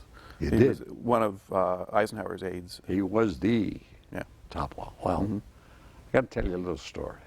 I'm at Walter Reed Army Medical Center, and one day there's a clamp down. Boom. Don't go in this door. Don't go in that door. Oh, what the hell's going on? Churchill is coming. So Churchill arrives. I don't know what it's all about, but I seen him come through the door, you know, so I never met him, but I seen him. He came through the door, and I finally got the word what it was all about. Beetle Smith was dying there, and he had been the CIA man. They had an admiral who first started the CIA, and then he screwed it all up. And they brought Beetle Smith to come in, and he knew all the secrets in the world, I guess, and they really covered him because I guess he was getting Alzheimer's, and they didn't want him to. But it wasn't for long, but he died there. But I was surprised, boy, they really clamped down. I said, who the hell, you know, I knew Beetle Smith was the chief advisor, the chief of staff. Right. And, but boy, he really. And then, of course, Eisenhower came there, and who else? I'm trying to think of course, and Dean Martin, Jerry Lewis. They used to come up with the programs, you know, and we'd support them when I was at Walter Reed. And Dean Martin was just like you know him. Could care less. Didn't want to go practice or nothing. The other guy was something else. Oh. Get this done, do this, do this. So I liked old Dean Martin, but I didn't like the other guy too much. So I met them all, Pearl Mester, you know, all these people. And they all came there, you know what I mean? That's and if you can't make it there, or at least at that time, you couldn't make it. And those are some of the experience. And here I am, a dumb, and I mean dumb kid from Boston. I went to school in East Boston. But really, when I left there, I mean, I didn't know nothing. And I got a degree in the Army. The Army taught me how to read, how to write, how to be responsible. I just loved the Army. When it was a winner, you know what I mean? Well, you know the story. So I kept going. If it was up to me in this present-day Army, I'd join it tomorrow morning. But I'm I'll be 85 next month, and I'm too far gone. But I back them up now, don't get me wrong. I try to do the best I can for them. Right. Well, by coming in and sharing your story here, then Well, that does a I'll small tell you piece what, there to yeah. communicate about that. I'll tell you what happened is that my grandkids are the one that really pushed me towards this. You know, they keep asking me these different questions. Oh, and two of my kids were born at Walter Reed Army Medical Center. One in Berlin, one in Topeka, and one in Grand Rapids. All right. And my daughter right now is a bomb disposal expert. She's been to Iraq and spent the year there too.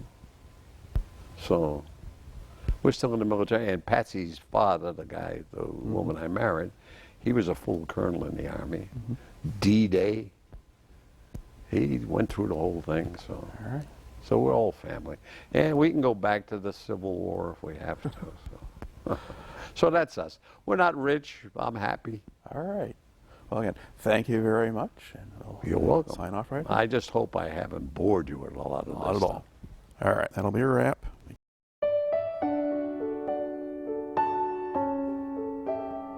I never seen such desolation. I think we drove for a mile and there wasn't a building hardly standing. Nobody knew what was going on. They called the situation fluid, but fluid means that nobody knew anything. It was different. If I had done something else, I don't know what I would have done.